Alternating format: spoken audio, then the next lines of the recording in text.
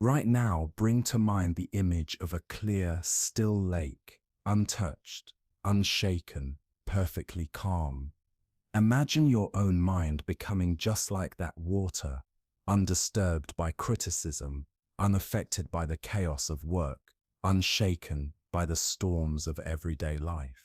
Over the next 3 hours, I will guide you through timeless Buddhist teachings that can open this reality for you. This isn't about turning away from the world or running from its difficulties. It is about discovering a freedom so steady, so unshakable, that it remains intact no matter what arises around you.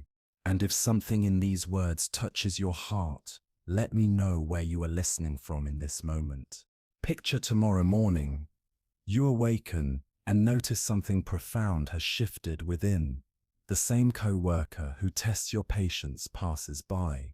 The same heavy traffic surrounds you on your way to work. The same stack of bills is waiting silently on your desk. Yet inside, everything feels different. You are grounded, steady, rooted like a mountain that remains unmoved as storms roll across its surface. This is not wishful fantasy. This is the discovery made by the Buddha more than 2,500 years ago, that real peace is not handed to us by the world, but arises from within. No outer circumstance, no passing word, no moment of difficulty has the power to disturb your innermost essence unless you grant it permission. So, whether you are listening during a restless commute, lying down after a long and weary day, or sitting quietly in a space you've carved out for calm, you are exactly where you need to be. This very moment is not random. It is an invitation to step into something much deeper. Take a slow breath with me now, and if it feels natural, wrap yourself in a soft blanket or adjust into a position that allows your body to rest with ease. Remember, this is not merely a piece of content playing on a screen. This is a sanctuary you are entering, a sacred pause you have chosen for yourself. You press play because something inside you knows a truth that perhaps the busy world keeps covering up, that constant reactivity, relentless stress, and the belief that outside events must control your inner state. None of this is actually necessary. There is another way to live. No one can truly hurt you.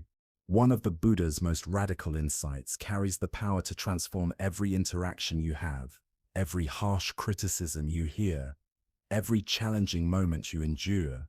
No one can truly harm you unless you allow it. Yes, words can sting and actions can cut deep, but their lingering effect is not inevitable. It depends entirely on how you meet them, how you respond. And here's the key. This isn't about becoming numb or closing your heart to the world. It is about remembering where your real power resides. Think of the moment when someone speaks to you with anger or cruelty. What is really happening? Vibrations move through the air as sound waves and reach your ears. Your mind translates these sounds into words. Then it assigns them meaning, creates a story about what they say about you, and from that story an emotional storm begins to rise. But the Buddha realized something profound. You are not helpless in this chain of events. You have the ability to pause, to see the process clearly, and to step out of the story before it consumes you. Between the sound waves that strike your ears and the suffering that arises in your heart, there exists a sacred gap, a space of pure choice. And it is within this space that your true freedom lives. The Buddha's great revelation did not come from abstract philosophy or intellectual theory. It was born from direct experience under the Bodhi tree. In that deep stillness, he saw with piercing clarity how the mind itself generates suffering through its attachments and identifications. He realized that the events of the world are neutral, simply unfolding as they are. They become painful only when filtered through our conditioned habits, our fears, and our tightly clung beliefs about who we think we are. This insight became the foundation of what Buddhists call the second noble truth, that suffering arises from attachment. We cling to our ideas of how life should be, how others should treat us, how the future should unfold. And when reality does not match those inner demands, suffering appears. Yet the Buddha showed us attachment is not inevitable. It is optional. Think back to the last time someone's words pierced you like a thorn. The speaking itself likely lasted no more than 30 seconds. Yet your mind may have carried those words for hours, for days, perhaps even for weeks. The person who spoke them went on with their life, while you replayed their tone, dissected their intentions, and spun elaborate stories about what those sounds must have meant. All of this suffering arose not from the fleeting vibrations that quickly vanished into silence, but from the meaning your mind assigned to them and the grip with which you held on. This is where the Buddha's teaching becomes liberating. The suffering never lived inside the words themselves. It lived only in your relationship with the words. And that relationship is something you are capable of changing. There is a powerful Zen story that illuminates this truth with crystal clarity. Master Hakuin was a deeply respected teacher who lived a humble, quiet life in a small village. His wisdom was sought by many, and his presence carried great weight. One day, a young woman in the village became pregnant, and to shield herself from shame, she falsely accused Hakuin of being the father. The villagers were enraged. They stormed to him with anger, with accusations, demanding an explanation, condemning him with harsh voices. And yet Hakuin did not argue, nor did he defend himself. He simply responded with 3 simple words. "Is that so?" Then he returned to his daily activities, calm and unshaken. Months later, the baby was born. The young woman's parents, still furious, brought the infant to Hakuin and insisted that he take responsibility. Again, without resistance or resentment, he simply said, "Is that so?" and accepted the baby into his care. With tenderness and devotion, he raised the child as if it were his very own. During this time, Hakuin's once strong reputation collapsed. Former students abandoned him. Villagers who had once bowed with respect now crossed the road to avoid him. For many long months, he was shunned and dishonored by the very community he had served with compassion. Yet through all of it, he continued caring for the child with quiet love, never once defending himself, never once allowing bitterness to take root in his heart. At last, the young woman could no longer bear the burden of her lie. Overcome with guilt, she confessed that the true father was a local fisherman. The villagers, horrified by what they had done, rushed back to Hakuin, bowing with apologies and begging forgiveness for their grave mistake. They sought to return his honor, to restore his good name, and they asked for the child back. And once more, Hakuin simply said, "Is that so?" Then, without anger or pride, he gently returned the baby to its mother. This story shines a light on a profound truth. Suffering is not created by the actions or words of others. It is born in how we cling to them, how we resist them, how we construct stories around them. Hakuin could have spent months desperately defending his reputation, battling rumors, or carrying resentment toward those who betrayed him. Instead, he remained anchored in his true nature, unmoved by either condemnation or praise. His peace was not chained to the shifting opinions of others. When someone criticizes you, wounds your feelings, or treats you unfairly, you are never powerless. In that very moment, you hold a choice. You can pour your precious energy into defending yourself, explaining endlessly, or building walls of resentment. Or like Master Hakuin, you can remain steady, meeting the situation with unshakable presence, acknowledging what is, without being swept away into the storm of the story. When we cultivate true inner peace, we become like a great tree rooted deep into the earth, standing tall amidst a raging storm. Have you ever stood before an ancient oak, as the winds roared through its branches. See the limbs bend, the leaves thrash wildly, sometimes even snapping under pressure. Yet the tree itself does not fall. Its roots grip something deeper, something that no storm can reach. That groundedness is what keeps it alive. This is the image the Buddha gave us for inner resilience. Life, by its very nature, will send us winds of difficulty, criticism, uncertainty, loss, change. These are not signs of failure. They are simply the weather patterns of being human, and like weather, they come and go. But whether or not they uproot us depends on how deep our roots reach. The metaphor of the tree flows through Buddhist teaching because it captures the essence of endurance and strength. Notice, it is never the stiff, rigid trees that survive the storm. Those are the ones that snap. The survivors are the trees with both deep roots and flexible branches, stability below, openness above. Their wisdom lies not in resisting the storm, not in wishing it away, but in remaining rooted while allowing the winds to pass. So, what does it mean for us to have deep roots? It means cultivating a sense of identity that does not depend on the ever-changing tides of external approval.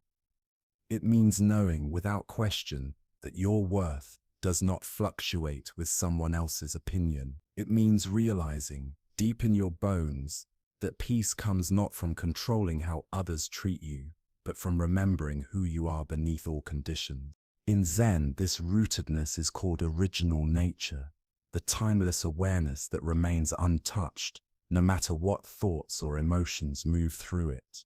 Your original nature is like the taproot of a great tree, sinking deep into an underground river that never runs dry. No matter how fierce the winds or how violent the storm above, the hidden water continues to nourish you, untouched, unshaken, eternal. And just like the tree does not resist the wind, for resistance would only make it brittle and breakable, you too do not need to harden yourself against the difficulties of life. You can meet them with presence. You can feel the sting of criticism, experience the sharpness of temporary discomfort, and still allow it to pass through you without taking up permanent residence in your heart. Master Linji, one of the great Zen teachers, expressed this truth beautifully. There is nothing special to do, just be ordinary. Relieve yourself, wash your face, put on your clothes, and eat your food. When tired, sleep. These are not the words of dismissal. They are words pointing to the profound freedom found in the ordinary. The mind that does not cling, does not resist, is extraordinary in its simplicity. When you are rooted in your original nature, even the harshest criticism becomes nothing more than passing weather. Like clouds drifting across an endless sky, they do not stain the vastness. They cannot touch the depth of who you are. And when someone acts with unkindness, you begin to see clearly their unkindness speaks volumes about their inner state, not about your own. When someone judges you, their judgment reveals far more about the lens through which they see the world than about your true worth. Their opinion is a reflection of their perspective, their conditioning, their inner weather, not a statement about your value. And just as a tree does not take a storm personally, you too can learn to receive life's difficult moments without mistaking them as verdicts on your essence. Think of how a tree meets the changing seasons and shifting skies.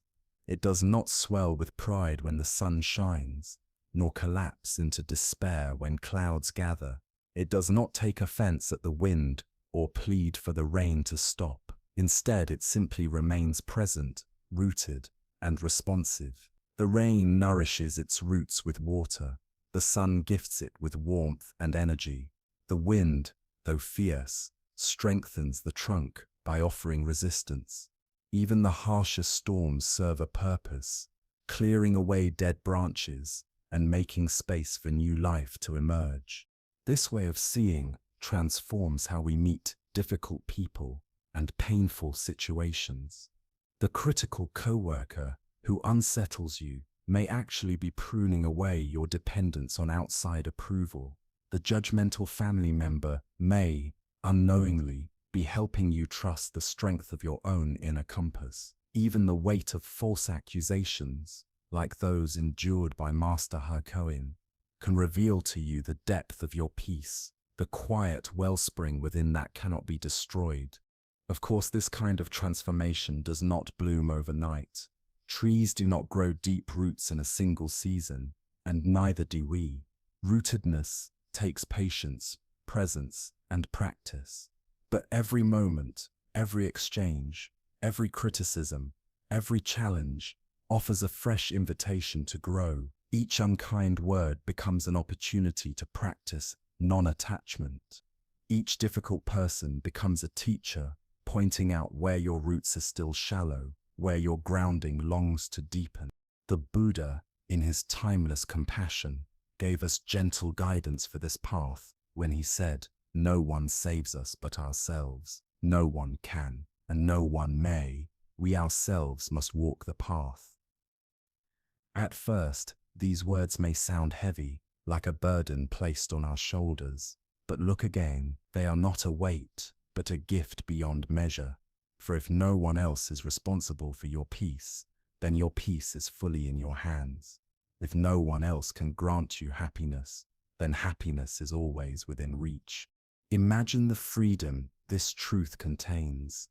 Your joy does not hinge on someone else apologizing. Your peace does not depend on others behaving perfectly. Your strength is not waiting for validation that may never come. All of these treasures, peace, joy, resilience, freedom, already live within you, quietly waiting to be uncovered and nurtured. This teaching frees us from the exhausting and endless task of trying to control others.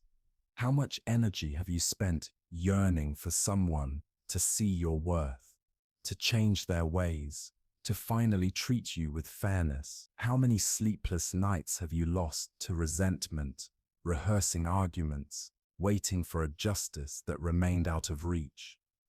The Buddha's wisdom invites you to step onto a different path, the path of sovereignty over your inner world. No one can hand you lasting peace. It was never theirs to give. No one can strip away your essential worth. It was never dependent on their approval.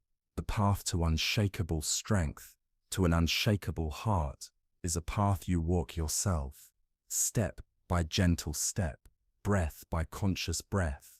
And when we begin to understand this deeply, something shifts. We see more clearly that those who lash out, who criticize, who harm, are often drowning in their own suffering. The harsh critic may be far farther to themselves than they are to you. The one who lashes out in anger may be carrying wounds that have nothing to do with you at all. This insight does not excuse harmful behavior, nor does it mean we must accept mistreatment, but it changes how we respond. It allows us to meet hostility, not from a place of wounded reaction, but from wisdom, clarity, and compassion. And when we live this way, the entire field of our experience changes. This understanding shifts everything. Instead of moving through life hoping others will treat you with kindness, you begin to cultivate kindness toward yourself. Instead of searching endlessly for validation from external voices, you learn to offer validation to your own experience with compassion and gentleness. And instead of exhausting yourself by trying to control the unpredictable behavior of others, you turn your attention inward and focus on what you can truly cultivate your own response. So then, the question arises, how do we actually grow this inner strength? The Buddha, in his wisdom, offered 3 essential practices. They are like the water and nutrients that feed the deep roots of a tree: mindfulness, meditation, and self-reflection. These are not abstract or lofty ideas meant only for monasteries. They are practical, living tools that can reshape the way you experience ordinary life. Mindfulness is the art of noticing what is happening in the present moment without rushing to label it as good or bad. Imagine someone speaks harshly to you. Mindfulness does not deny the sting. It allows you to notice your body tightening, the heat rising in your chest, the defensive thoughts forming in your mind, the urge to strike back. But instead of being swept away by these automatic currents, you observe them with curious awareness, as though watching clouds drift across the sky. This pause creates space, and in that space lies your freedom. Suddenly, you are no longer trapped in reactivity. You might notice there is anger arising instead of I am angry. That small shift changes everything because it reminds you that emotions are not who you are. They are temporary visitors. They come, they stay a while, and they leave. The great Vietnamese Zen master Thich Nhat Hanh described mindfulness as being like a loving mother holding her crying child. You do not push the child away, nor do you demand that the crying stop at once. You simply hold the child with tenderness and presence until the storm passes. In the same way, when painful emotions rise from hurtful interactions, you hold them in awareness calmly, compassionately, instead of being overwhelmed by them. Meditation is the practice of training the mind to return to stillness, even when it is disturbed. Think of it as strengthening a muscle. The more you practice returning to peace, the more natural and effortless it becomes. When you sit quietly, even for a few minutes each day, you are gently teaching your nervous system that calm is always available, that stillness is never lost. It is simply waiting beneath the noise. You do not meditate to escape the difficulties of life. You meditate so that when difficulties arrive, you can meet them with stability and clarity. Like the tree with roots reaching deep into nourishing soil, you develop a core of stillness that remains unshaken, no matter how violently the storm rages above. This inner stability becomes your refuge whenever the winds of judgment or criticism sweep through your life. In Zen, there is a practice known as just sitting, where you rest in awareness without striving for any particular state or outcome. No goals, no effort to fix yourself, no need to chase perfection, just be. This simple practice reminds you of something profound. Your essential nature does not need to be defended or improved. It already is complete. So when someone questions your worth or attacks your character, you can return to this knowing, resting in the quiet truth of your fundamental wholeness. Self-reflection is the gentle practice of looking within to see the patterns that create your suffering, and then releasing them little by little. Perhaps you notice that you take criticism deeply personally, or that you are constantly seeking approval from people who are unlikely to give it. Self-reflection is not about shaming yourself for these patterns. It is about shining a compassionate light on them so that new choices become possible. When you make space to regularly examine your reactions with kindness, you begin to understand your triggers. You see more clearly the old wounds and unconscious beliefs that shape your responses, and slowly you begin to loosen their hold. You may realize, for example, that hurtful words cut the deepest when they echo something you already secretly believe about yourself. Seeing this truth doesn't make you weak, it makes you free. For once seen clearly, these patterns no longer control you. This realization helps you shift focus from defending yourself against outside criticism to addressing the quiet voice of self-criticism within.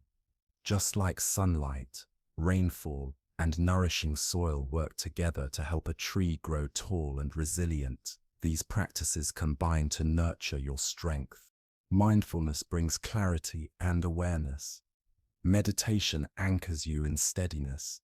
Self-reflection provides wisdom, allowing every experience, pleasant or painful, to become fuel for growth. Together they form what the Buddha described as right understanding, the ability to see clearly how suffering arises and how it can be dissolved. As these roots deepen within you, something remarkable unfolds. Harsh words, anger, and judgment begin to appear not as permanent threats, but as fleeting clouds that cannot dim the vast sky of your being. Your essence becomes as boundless and unshaken as the heavens themselves. Picture your true nature as an endless open sky. Clouds drift through constantly, some white and gentle, others dark and heavy with storm. Yet no cloud, however fierce, can stain or diminish the sky. The sky simply allows them to pass, trusting that none will linger forever. When someone speaks with cruelty or judgment, their words resemble a passing storm front. You can notice the cloud without confusing yourself with it. You may feel the shadow it casts, but you also remember that beneath it, the clear sky remains untouched. This is not denial of feelings or forced positivity. It's not about shutting down emotions. Rather, it's the deep understanding that weather is temporary, but the sky is enduring.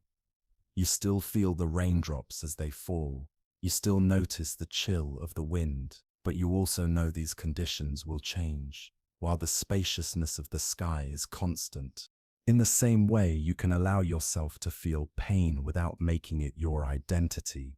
You can experience hurt without allowing it to define your worth. Sometimes, the clouds carry hidden lessons. Within criticism, there may be a kernel of truth worth reflecting on. From the stillness of this sky-like awareness, you can accept the gift of insight, while letting the bitterness or hostility dissolve like wind passing over a mountain ridge. At other times, the storm has nothing to do with you at all. Someone's stress, their anger, their unhealed wounds may spill over as judgment directed your way. But just as a mountain never mistakes a storm for its own essence, you can let their turbulence move on without absorbing it as your own. This quality of awareness, vast, open, and unbound, is what Zen calls don't know mind. It is a receptive state that does not rush to label experiences as good or bad, personal or impersonal. It simply allows each arising to be held with openness and clarity. From this ground of presence, even sharp criticism is seen for what it truly is, another passing event within the immeasurable space of awareness. Let's pause together for a moment to taste this strength. Sit in a position that feels natural and at ease. If it feels safe, close your eyes and allow your breath to settle. Take 3 long, steady breaths. With each inhale, invite calm into your body, and with each exhale, allow whatever tension you've been holding to gently soften and release. Now call to mind a recent moment when someone's words or actions unsettled you. There's no need to analyze or judge the event. Simply bring it into awareness, holding the memory as if it was something delicate in your hands. Notice what arises in your body as you remember, perhaps a heaviness in the chest, a spark of anger, or a lingering sense of hurt. Allow these feelings to be exactly as they are. Don't rush to change them or push them away. Instead, witness them with a gentle, kind awareness. Now return to the image of the vast open sky. See yourself as that endless, clear expanse. Let the memory appear as a passing cloud moving across this spaciousness. The cloud may be dark, heavy, or turbulent, but it cannot mark or diminish the purity of the sky. Notice how the sky is wide enough for all weather. It does not resist storms nor cling to sunlight. It simply makes room for whatever passes. Breathe into this image. Let the cloud exist without struggle, without resistance, floating within the boundless space of your being. Notice how the sky remains unchanged regardless of the cloud's shape or intensity. This is your deeper essence, vast, steady, unshakable. When you're ready, gently open your eyes. Carry this truth with you. The unshakable core within is always present, untouched by the shifting weather of life. To be unshakable does not mean never feeling sorrow or pain. It means knowing the difference between passing rain and the eternal sky. It means meeting life's storms without losing yourself in them. Like the great master Hakuin, who replied with the simple words, "Is that so?" to both praise and blame, you too can meet every season of life with balance and clarity. You are not a prisoner of other people's moods, judgments, or behaviors. You are the guardian of your own heart, the keeper of your own peace. In this recognition lies a freedom no external force can ever take from you. Seeing every person as a teacher. In the Buddhist way, we are invited to regard each person we meet as a teacher. Every encounter, whether gentle or difficult, carries within it a lesson that supports our growth. As the Buddha taught, when watching after yourself, you watch after others. When watching after others, you watch after yourself. This simple yet profound truth reshapes the way we engage with others. There is a story of a young monk who once approached his teacher with deep sincerity. "Master," he said, "I have studied with great devotion. I meditate faithfully, and I keep the precepts carefully, and yet my wisdom feels as though it grows too slowly. How can I find true teachers to guide me more swiftly along the path?" The teacher looked at his earnest student with warm, compassionate eyes. A gentle smile appeared on his face before he responded. "Come with me," the master said softly, setting aside his teacup and rising from his cushion. Without further explanation, he began walking down the winding mountain path. The young monk followed, curious yet uncertain. As they descended, the stillness of the monastery gave way to the sounds of village life. Voices calling out, cartwheels creaking on stone, goats bleating, chickens flapping, and the constant hum of human activity. The monk wondered why his teacher had brought him to such a noisy, cluttered place, when his question was about wisdom. Soon, they arrived at the marketplace, the beating heart of the village. The air buzzed with energy. Merchants cried out their prices. Customers bargained with urgency. Children weaved between stalls in laughter and tears. And townsfolk debated politics, crops, and the weather with raised voices. The monk grew uneasy. The chaos felt overwhelming, almost irritating. This was the opposite of the quiet he associated with spiritual practice. Just as he was about to voice his confusion, the master stopped in the very center of the square, lifting his hand to the scene around them. "You asked where to find wise teachers," the master said, his voice steady and calm amid the clamor. "Look carefully. They are everywhere." The monk blinked, scanning the crowd. But what he saw seemed ordinary, even disappointing. "Master, I see only merchants chasing profit, buyers obsessed with bargains, children being disruptive, and people arguing over meaningless things. Where are the wise teachers in this chaos?" The master's smile widened as he pointed toward a stall where a rice seller patiently helped an elderly woman select her grain. Though she had little money, he treated her with dignity, explaining each variety with care and even offering her the best value for her small budget. "Watch him," the teacher said. "Notice how he serves with respect, not weighing the worth of his customer by how much she spends. His patience is a teaching. His generosity is a teaching. He shows you that true giving is not just about profit. It is about honoring the humanity in front of you." The monk observed and for the first time saw more than a merchant. He saw kindness expressed in action, a man giving dignity to each person as though they were his only customer. "Now observe her," the teacher continued, gesturing toward a woman nearby who quarreled loudly with a vegetable vendor. Her voice was sharp, her demands unreasonable, and the other shoppers were retreating to avoid the tension. The monk frowned.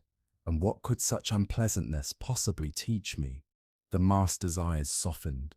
She teaches your patience. See how the vendor does not mirror her anger. See how he remains steady while she loses her footing. She shows you what impatience looks like, and he shows you how to meet it with equanimity.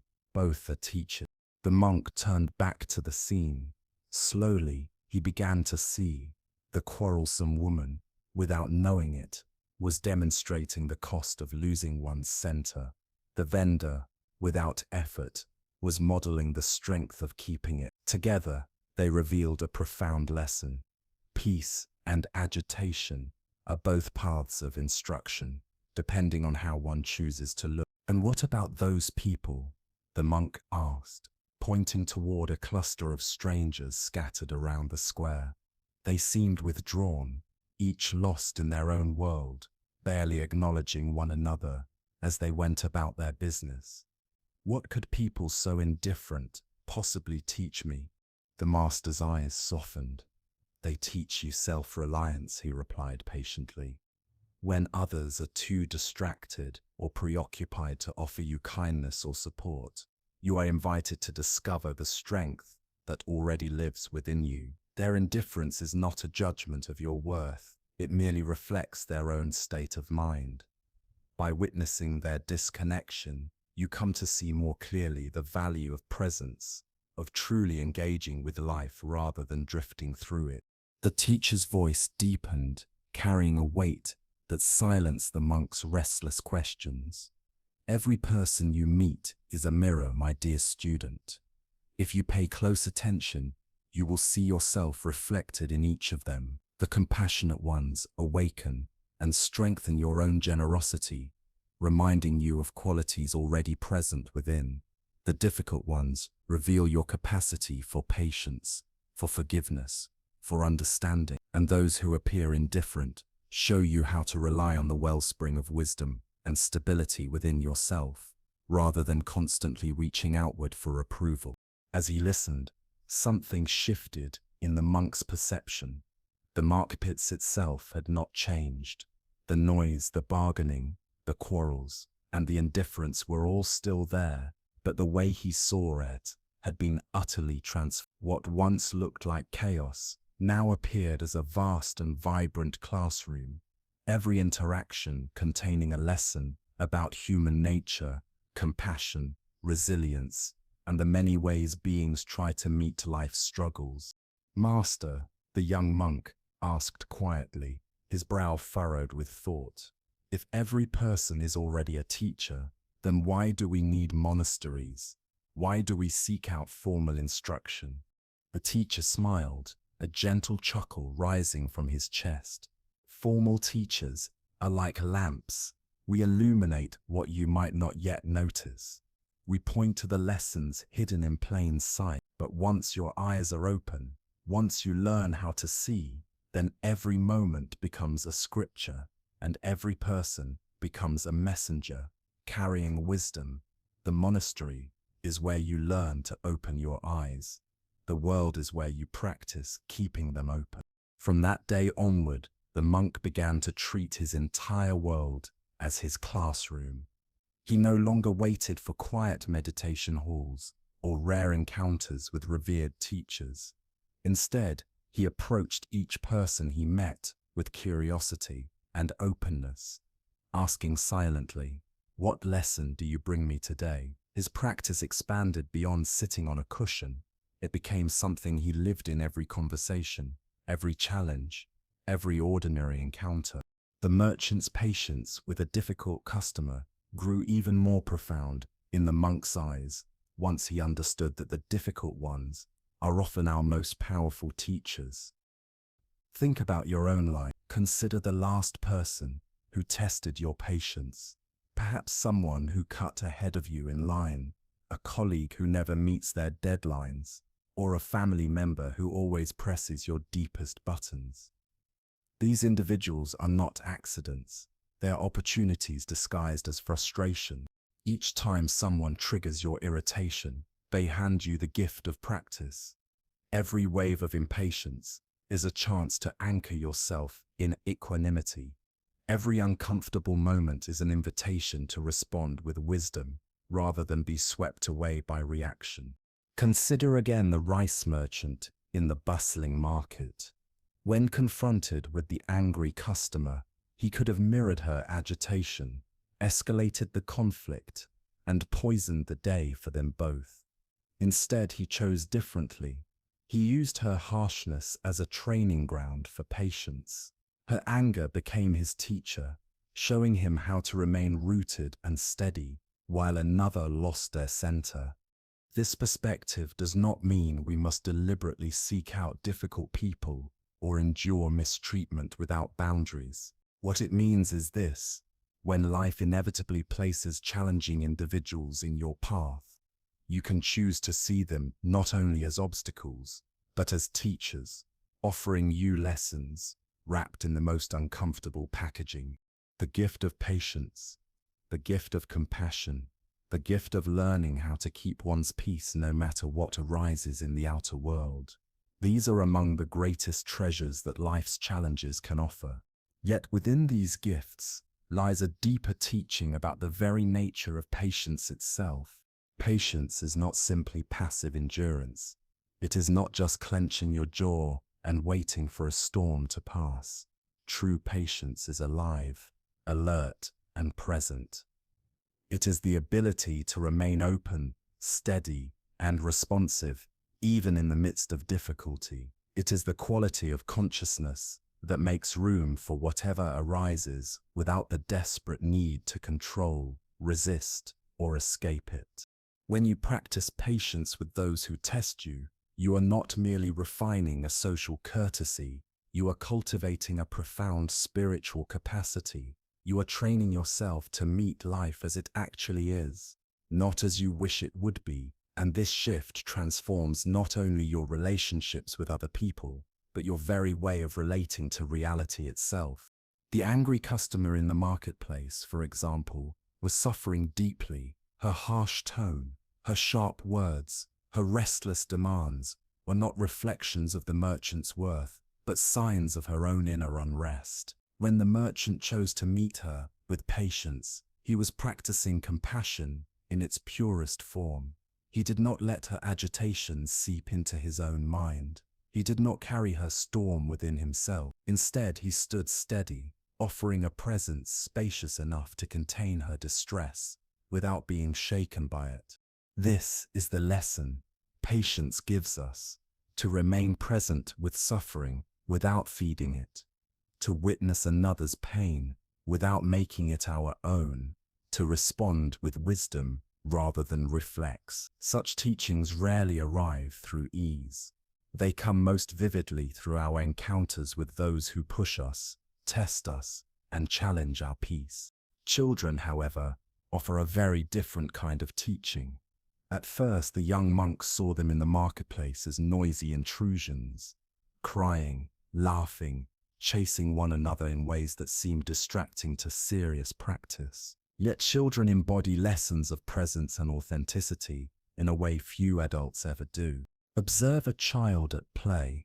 Whether they are stacking blocks with perfect concentration or running after a butterfly with uncontainable delight, they are wholly absorbed in the moment. They are not weighed down by yesterday's regrets or tomorrow's obligations. They live completely in the now. What meditation teachers labor for years to nurture, children display naturally and without effort. They also teach us about emotional honesty. When sadness comes, they cry openly. When joy arises, they laugh without hesitation. When anger flares, they express it directly, unfiltered by the elaborate defenses and masks adults so often wear. A child has not yet learned the art of concealing their heart. This does not mean that adults should return to unfiltered outbursts or abandon emotional regulation. Maturity brings with it the ability to temper expression with wisdom and responsibility. But children remind us of something equally essential, that our emotions are meant to be felt fully and released freely, not buried or endlessly replayed. A child who scrapes a knee with their whole being for a moment. Then, as soon as the pain fades, returns joyfully to play. Their emotions flow like passing clouds, real, intense, but never permanent. And in watching them, we remember how natural it is to let life move through us, without clinging. They do not weave elaborate stories about what the fall means. They don't conclude that they are clumsy, unlucky, or doomed to repeat the same mishap. Nor do they harbor resentment toward the patch of sidewalk that tripped them. A child simply feels what is present, expresses it in the moment, and then lets it go. When the pain passes, their awareness returns naturally to the simplicity of now. Children also embody a natural curiosity and openness to learning that many adults lose. They ask questions freely, without fear of appearing foolish. They explore their surroundings with unguarded wonder rather than jaded skepticism. They encounter new experiences with eagerness instead of anxiety over possible failure. This childlike openness is what Zen traditions call beginner's mind, meeting each moment with fresh eyes, free from the weight of past conditioning or rigid expectations. A child has not yet formed the mental habits that make adults assume they already know how things should unfold. Instead, they greet life with genuine curiosity about what might happen next. In the bustling marketplace, a child might pause to marvel at the way sunlight streams through a canopy of fabric, scattering into moving patterns of gold and shadow. An adult, preoccupied with errands and destinations, might stride past without ever noticing the quiet miracle overhead. But the child is fully there, attentive to beauty in its most ordinary form, silently teaching anyone who cares to watch how to rediscover wonder in the everyday. Even when children cry or become upset in public, they are still teaching. Adults may judge them as unruly or assume the parents are failing in discipline, but children are simply being truthful to their inner state. They have not yet learned to silence their feelings for the comfort of others. In their raw expression, they remind us that emotions are meant to be felt, released, and allowed to pass, not hoarded, suppressed, or endlessly dissected. This echoes the Buddhist teaching on caring for both yourself and others, revealing the profound interconnectedness of growth and learning. When you observe yourself deeply, your reactions, your habits, your recurring patterns, you gain insight into the human condition that extends beyond your own individuality. And when you observe others with compassion and curiosity, you begin to recognize in them reflections of your own hidden qualities. This is not about judging, labeling, or analyzing others. Rather, it is about recognizing that all beings share the same fundamental nature. The kindness you witness in another person is evidence of the kindness latent within you. The patience you see in someone navigating hardship reveals your own capacity for equanimity. Even the anger, fear, or confusion you observe in others becomes a lesson, showing you how these same energies move through your own experience. Every person, then, becomes a mirror, reflecting different aspects of your true nature. With this vision, the illusion of separation dissolves.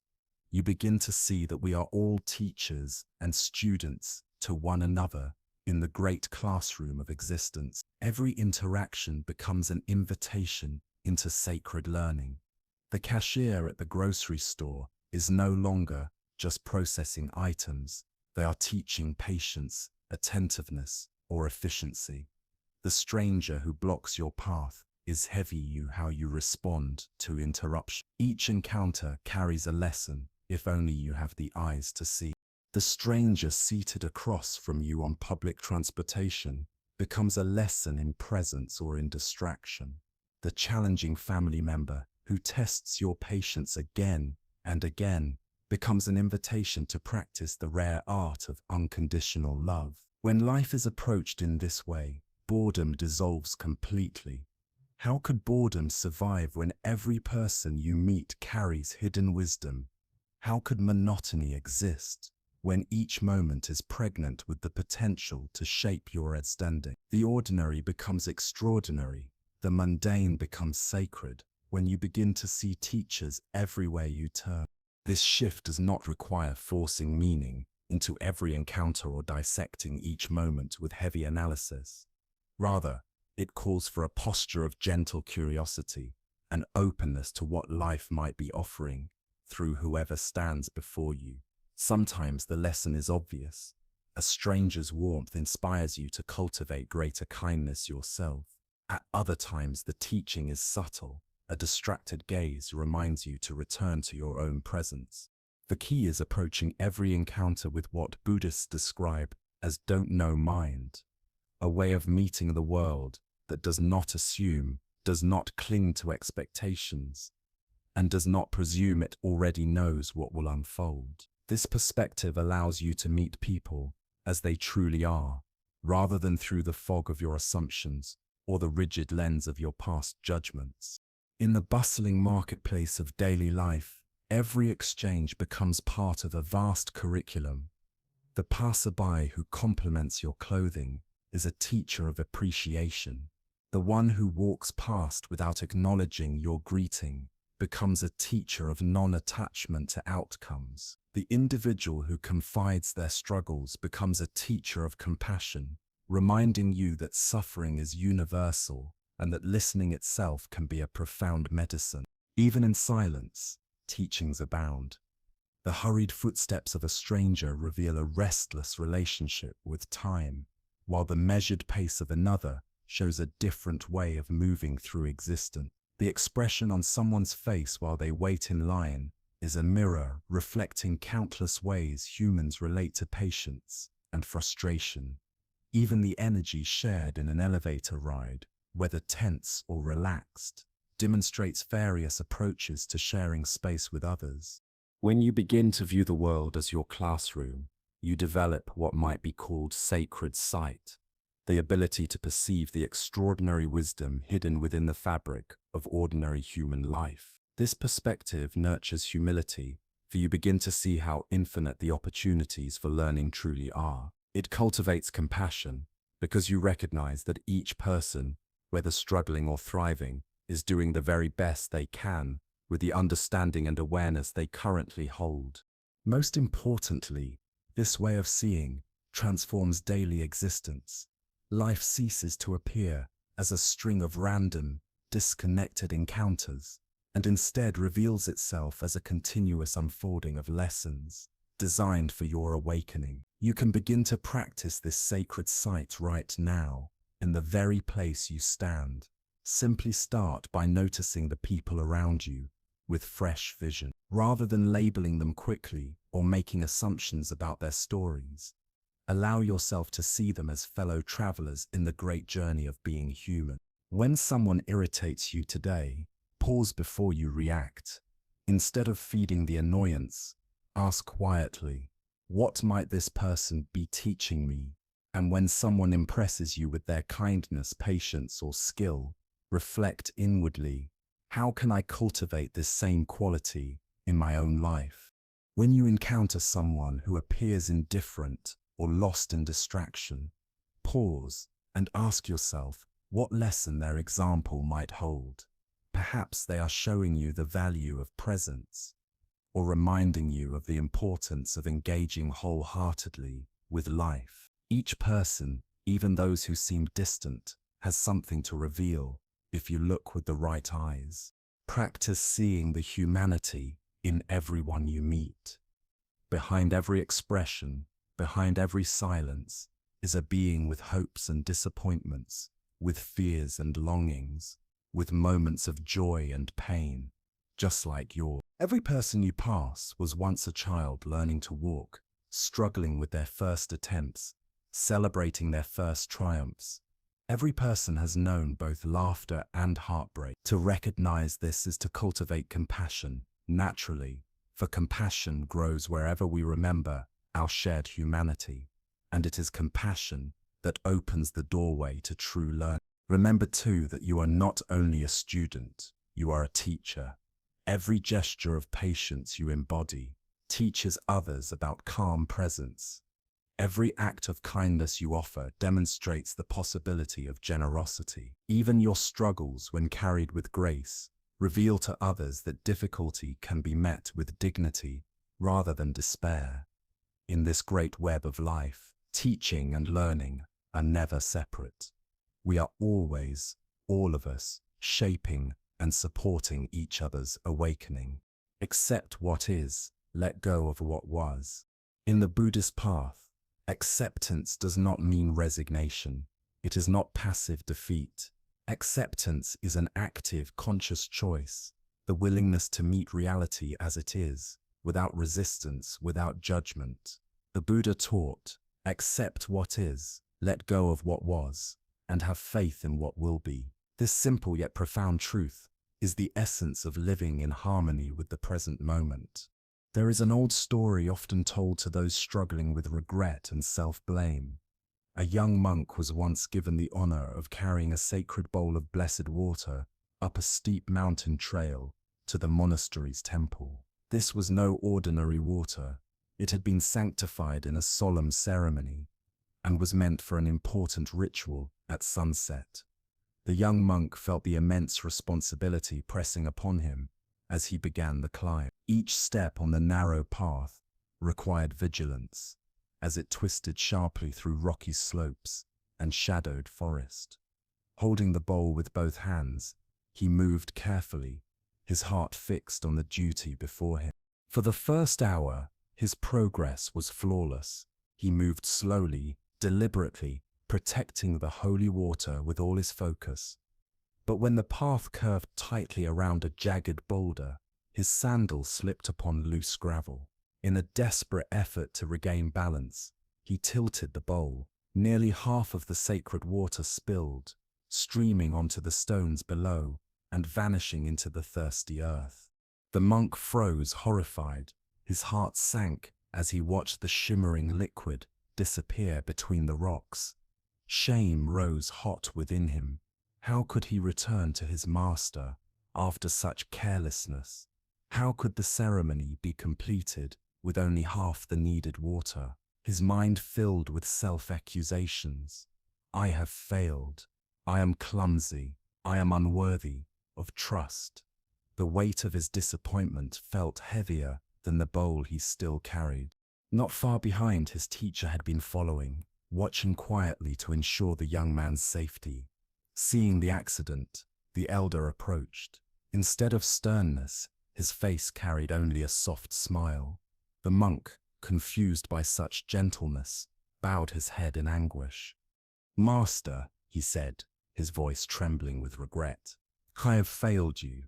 The sacred water is lost, wasted carelessly upon these stones. I have ruined the ceremony. How can I face the community after such a mistake?" The teacher's eyes rested briefly on the darkened rocks where the water had spilled, then lifted to the forest around them. His gaze was serene, untroubled. After a long pause, he said quietly, "Walk with me. And as we walk, keep your eyes open. There is something here that wishes to be seen." Though still burdened with sorrow, the monk obeyed. Together they continued up the trail in silence. The elder moved with calm presence, but the young monk's thoughts remained heavy with shame. He scarcely noticed the beauty of the woods, the filtered sunlight dancing through the high branches, the hush of wind moving across the leaves, the fragrance of pine and earth. His attention clung only to the story of failure he was weaving. The water was gone, the ceremony ruined, his worth diminished. Then, quite suddenly, the teacher stopped and raised his hand, pointing to something by the path.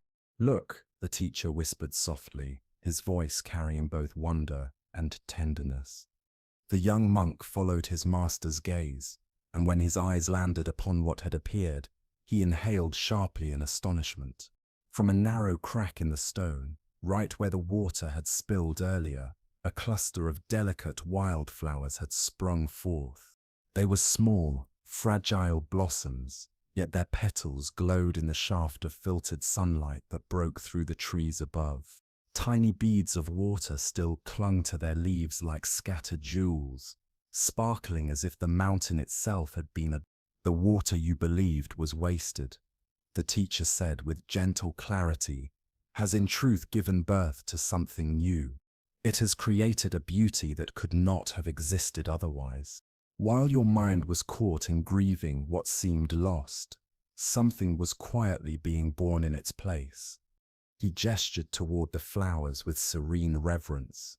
The ceremony this evening will still be rich with the water that remains, but these blossoms will stand here long after tonight has passed, blessing this path with color and fragrance, bringing joy to every traveler who happens upon them. The monk stared at the fragile blooms, his chest swelling with an unfamiliar warmth. It was as if his entire way of seeing had shifted in a single moment. The spilled water had not been failure at all. It had become a gift, an offering to the mountain itself. What he had judged as carelessness was revealed as transformation. An accident he had condemned now revealed itself as creation, planting beauty in a place that had once been barren. Acceptance, the teacher continued, his tone as calm as the mountain breeze, is like beholding these flowers. Life often takes from us what we thought we needed, yet in return it grants us something else, often unasked for, often unexpected. When we cling too tightly to what is gone, we blind ourselves to the quiet miracles unfolding before our very eyes. But when we pause, when we stop resisting, we begin to see the gifts life has hidden in the soil of our disappointments. The monk felt his teacher's words sink deeper than the sight of the flowers themselves. He was no longer simply being taught about a spill on a mountain path. He was being shown the very nature of existence. Loss and gain were not two separate things. They were threads woven into the same fabric. What looked like failure was often only the seed of another kind of beauty waiting to be born. That simple accident on the rocky trail had become a parable for all of life. The ways our plans unravel, the ways reality diverges from expectation, and how these unplanned turns can carry us to discoveries our imagination could never have drawn. The master's lesson grew clearer still as he spoke of rivers. Consider the image of traveling by water, he said. Picture yourself in a small wooden boat carried along by a river with a powerful current.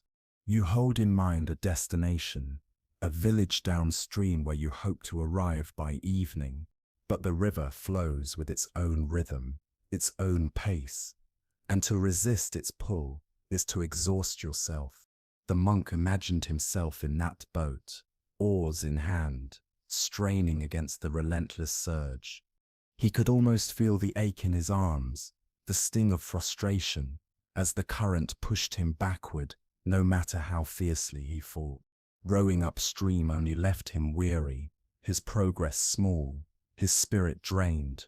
The waters tossed him about, and all the while, he remained blind to the beauty lining the riverbanks, the trees, the stones, the sunlight, dancing on the ripples.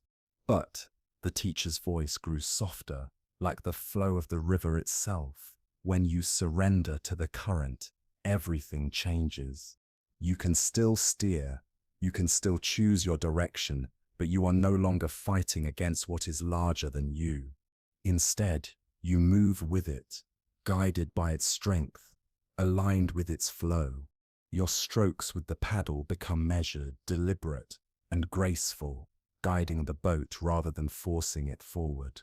Each movement carries you farther with less strain, as though the river itself were lending its strength to your journey. In this alignment, distance is covered with ease, and effort no longer feels like struggle. This harmony does not mean that you surrender all control or drift passively wherever the water chooses. A wise navigator of rivers knows the importance of discernment.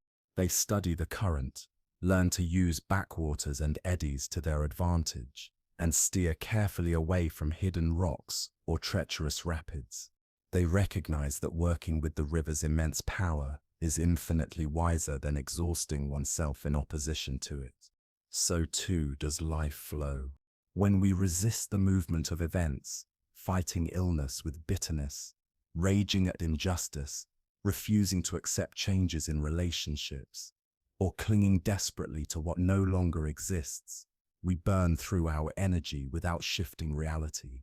Our resistance does not halt the current. It only deepens our fatigue and blinds us to the ways we might steer more skillfully.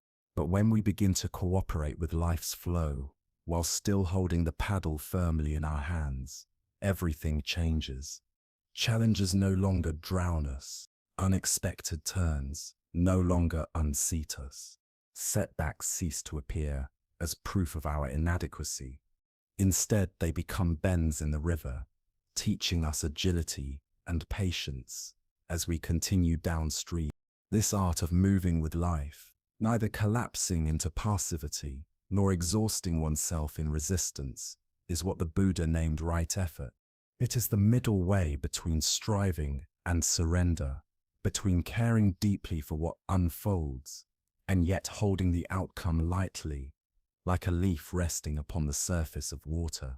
As the river traveler guides their vessel downstream, they do not demand a different river. They learn instead to work with the one that carries them. There are times when the current is gentle, the surface calm, and the scenery breathtaking. Navigation in such moments feels effortless, and acceptance flows naturally. Yet, just as inevitably, the river also brings stretches of turbulence, hidden whirlpools, narrow gorges, and roaring rapids that demand every ounce of skill and awareness.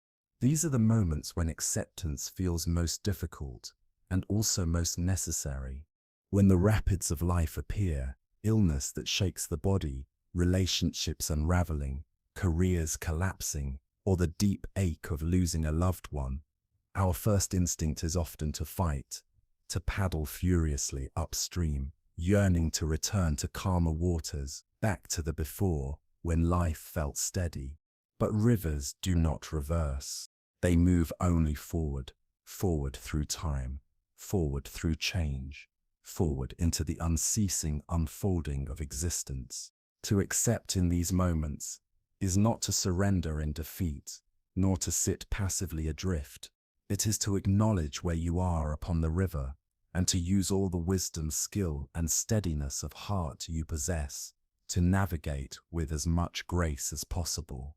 You still paddle, you still steer, you still choose how to respond, but you do so in cooperation with the current, not in defiance of it. And so the lesson circles back to the mountain path, to the flowers that bloomed from spilled water. For just as the loss of water brought forth beauty no one expected, so too can life's rapids reveal hidden blessings within the very places we thought barren. The river teaches, as the flowers teach. What seems like loss may yet transform into a quiet gift. What the young monk first felt as a crushing failure slowly revealed itself as the birthplace of unexpected beauty. The sacred water had not been lost. It had been transformed, offering life to the mountain path in a way no ritual could have predicted. What seemed like an irreversible mistake became a blessing that would continue to bloom long after the ceremony had ended. And so it is with us. The job we did not receive may become the redirection that leads us toward work more deeply aligned with our true purpose. The relationship that dissolved may create the spaciousness needed for genuine self-discovery and for connections that arise from authenticity rather than dependency. The illness that slowed our pace may awaken us to the overlooked joys of simplicity, sunlight on the floorboards, the taste of tea, the quiet miracle of breath.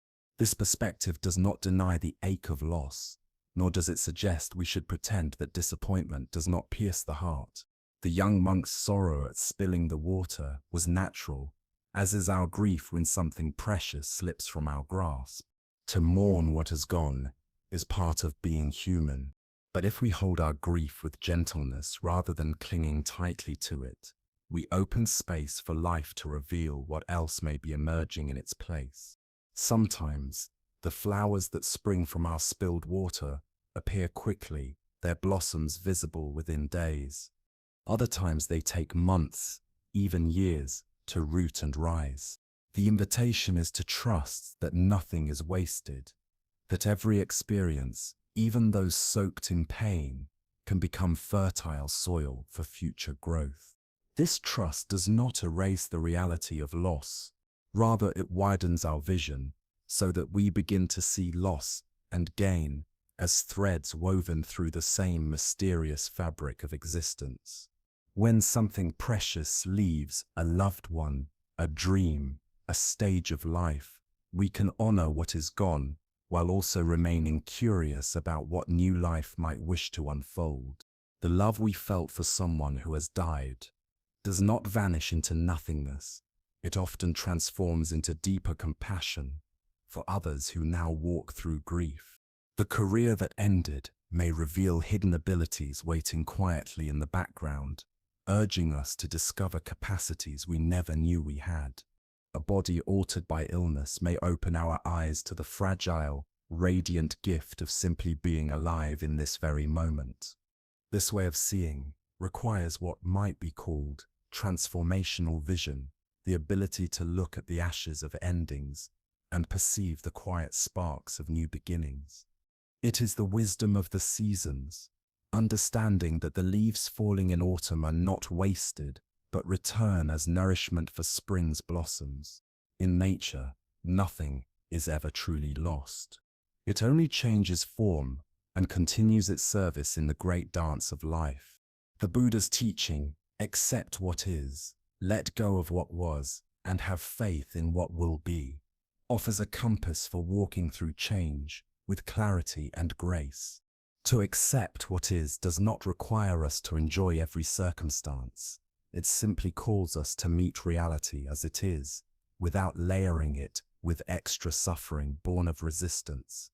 To let go of what was is to release our grasp on the past, whether on golden memories that we clutch with longing or regrets we replay endlessly. The past has shaped us, yes, but it does not bind us. Yesterday's triumphs cannot secure today's joy, and yesterday's failures cannot rob us of tomorrow's possibilities. Letting go is not a loss, but an opening. It creates space where fresh experiences can enter and new ways of being can quietly take root. To have faith in what will be is not to believe that everything will unfold according to your hopes or plans. Rather, it is to trust the deeper rhythm of life itself, the rhythm that transforms seeds into blossoms, winter into spring, spilled water into wildflowers. This kind of faith does not demand certainty about what lies ahead. It simply asks us to believe that whatever arises can be met with wisdom, with grace, with a heart steady enough to remain open in the midst of uncertainty. Acceptance, when lived fully, becomes active compassion. It reminds us that we are all moving through the same river of life, each of us learning how to navigate currents, rapids, and unexpected turns, while still seeking a sense of direction. When you encounter someone struggling, fighting against their circumstances, clinging desperately to what is slipping away, you can become for them what the teacher was for the distressed monk, a calm, steady presence. This compassionate acceptance does not mean trying to repair their situation or persuading them to see it as you do. It means offering space for their experience to exist exactly as it is, without judgment, without urgency, without the need to change it. Often the most healing gift you can offer another person is your willingness to sit beside them in their pain, allowing them to feel what they feel without pressure for it to vanish. Each time you practice acceptance toward others, you are also practicing it toward yourself. Every moment you resist the impulse to judge another's struggle, you strengthen your own capacity to meet your struggles with gentleness. Every choice of understanding over criticism plants seeds of compassion in the soil of your heart. creating the inner climate where healing can truly take place.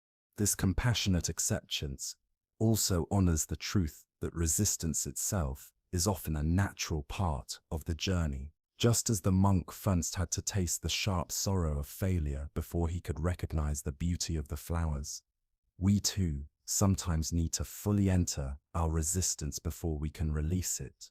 To rush toward acceptance can be another subtle form of resistance, a way of fighting against the very process of coming to terms with reality. True acceptance arrives like dawn. It rarely floods the sky all at once. It seeps in gradually. At first there may be brief moments of recognition that struggling is futile.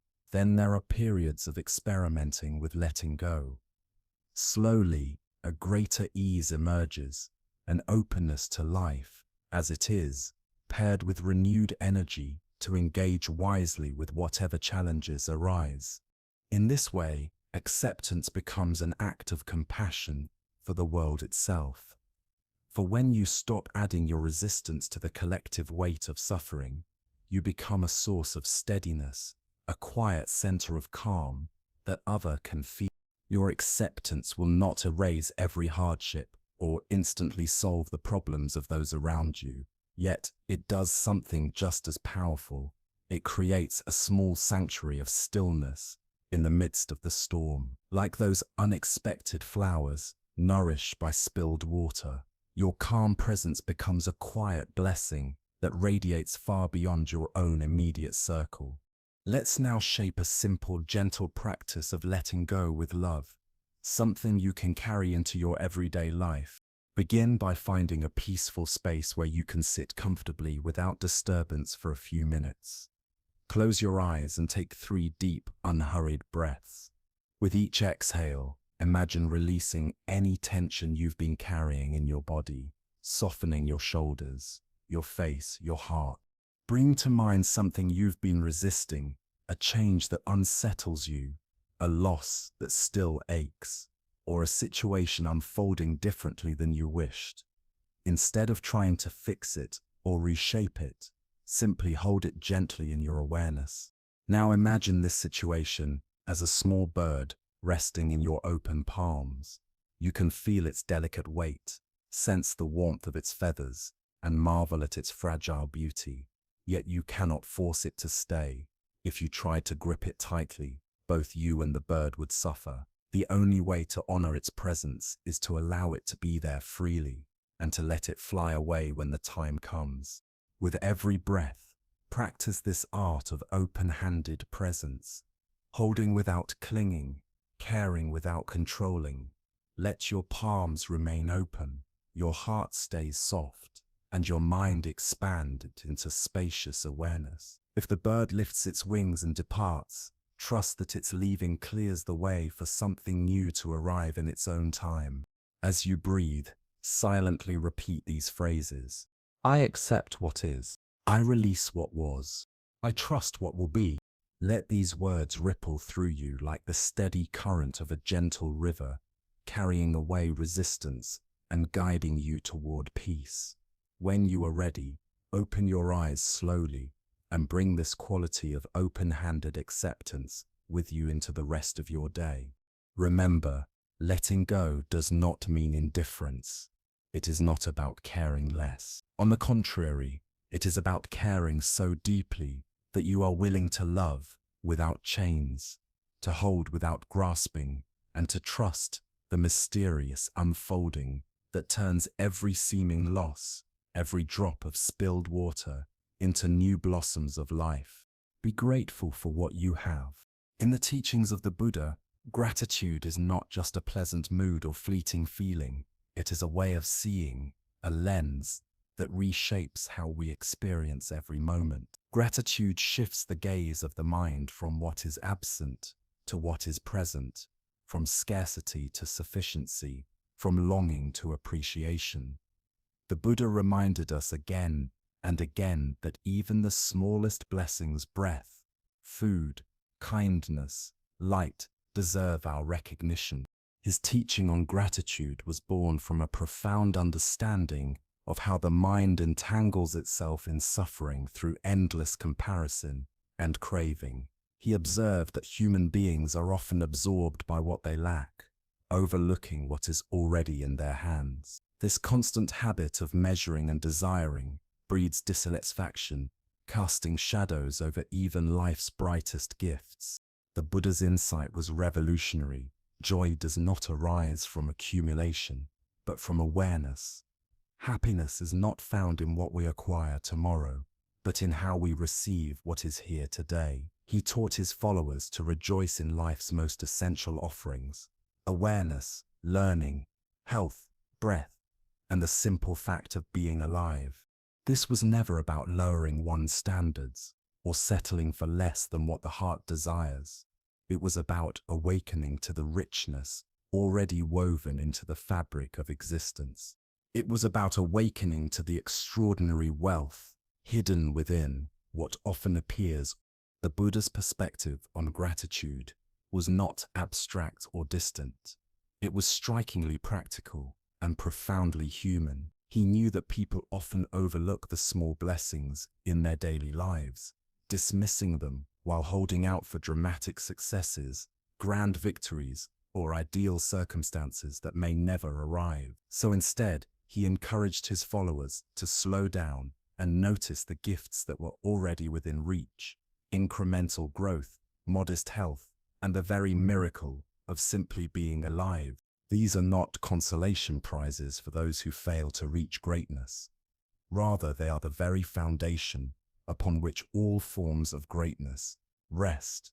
Without them, no lofty achievement could even exist. Think for a moment about what it truly means to learn just a little in the course of an ordinary day. Perhaps during a conversation with a friend or colleague, you stumbled upon a new perspective that shifted how you see the world. Maybe you noticed the quiet elegance of the morning light as it stretched differently across your kitchen table with the changing seasons. Or perhaps you realized that pausing to take 3 slow, deep breaths before reacting in frustration actually softened your response and brought a sense of peace. Individually, these moments may appear trivial, almost too small to matter, yet together they weave the fabric of wisdom itself. They are the living evidence that consciousness is expanding, awareness is sharpening, and understanding is deepening. The Buddha reminded us that every single day is rich with countless opportunities for discovery, provided we pay attention. When curiosity replaces automatic habit, even the simplest routines reveal quiet wonders. Watching hot water slowly transform dried tea leaves into a fragrant, living beverage becomes a metaphor for transformation itself. Feeling the warmth of soap and water against your hands as you wash dishes becomes an act of care, a reminder of the beauty in cleanliness and the satisfaction of tending to life. Each of these moments holds within it a teaching, a glimpse of truth, a reason for gratitude. The same is true of health, which the Buddha taught is among our most underestimated blessings.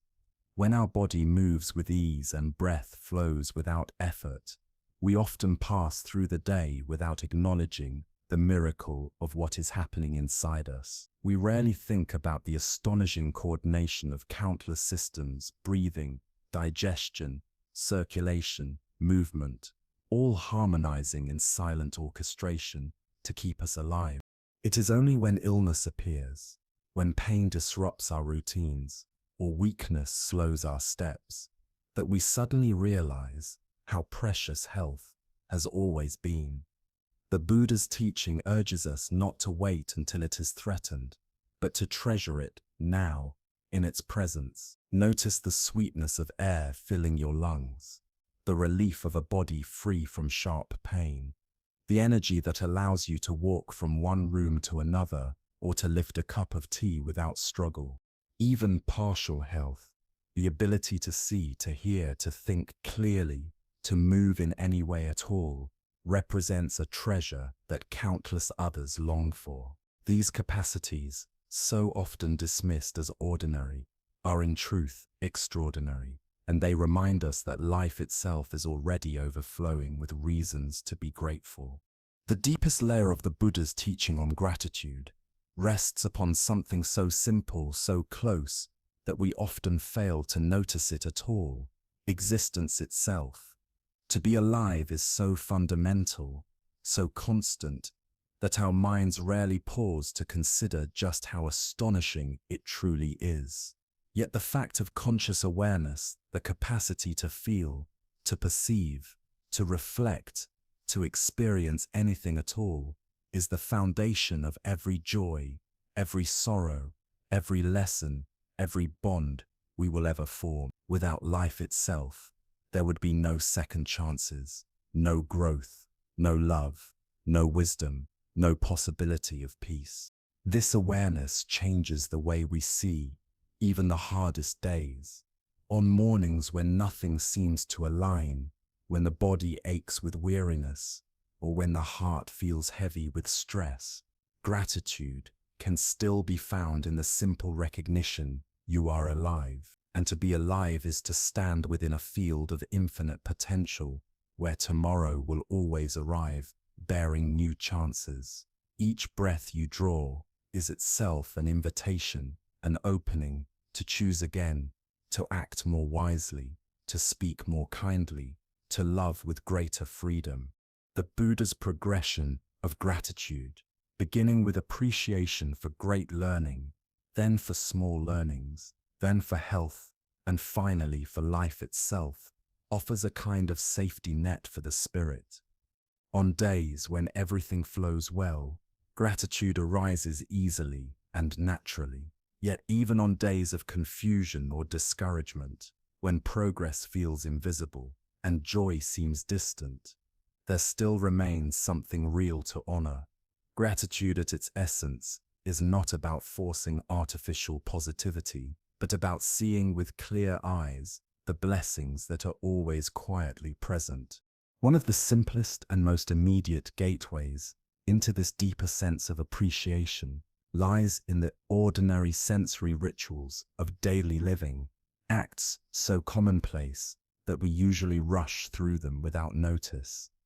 Consider, for example, the humble act of making tea. At first glance, it seems nothing more than a routine task, hardly worth attention, and yet, hidden inside this simple ritual is a profound meditation on connection and wonder. Begin with the sunlight filtering into your kitchen window. That light has traveled across 93 million miles of space, journeying from the heart of the sun to land gently on your table, on your hands, on your face. The same rays that brighten your morning also bathe the fields where farmers bend over their crops, the classrooms where children open their books, and the benches where elders sit quietly, feeling its warmth. To stand in that light is to be connected to the vast and uncountable web of life, to billions of beings sharing the gift of this same dawn. As you lift the kettle and fill it with water, pause for a moment in recognition.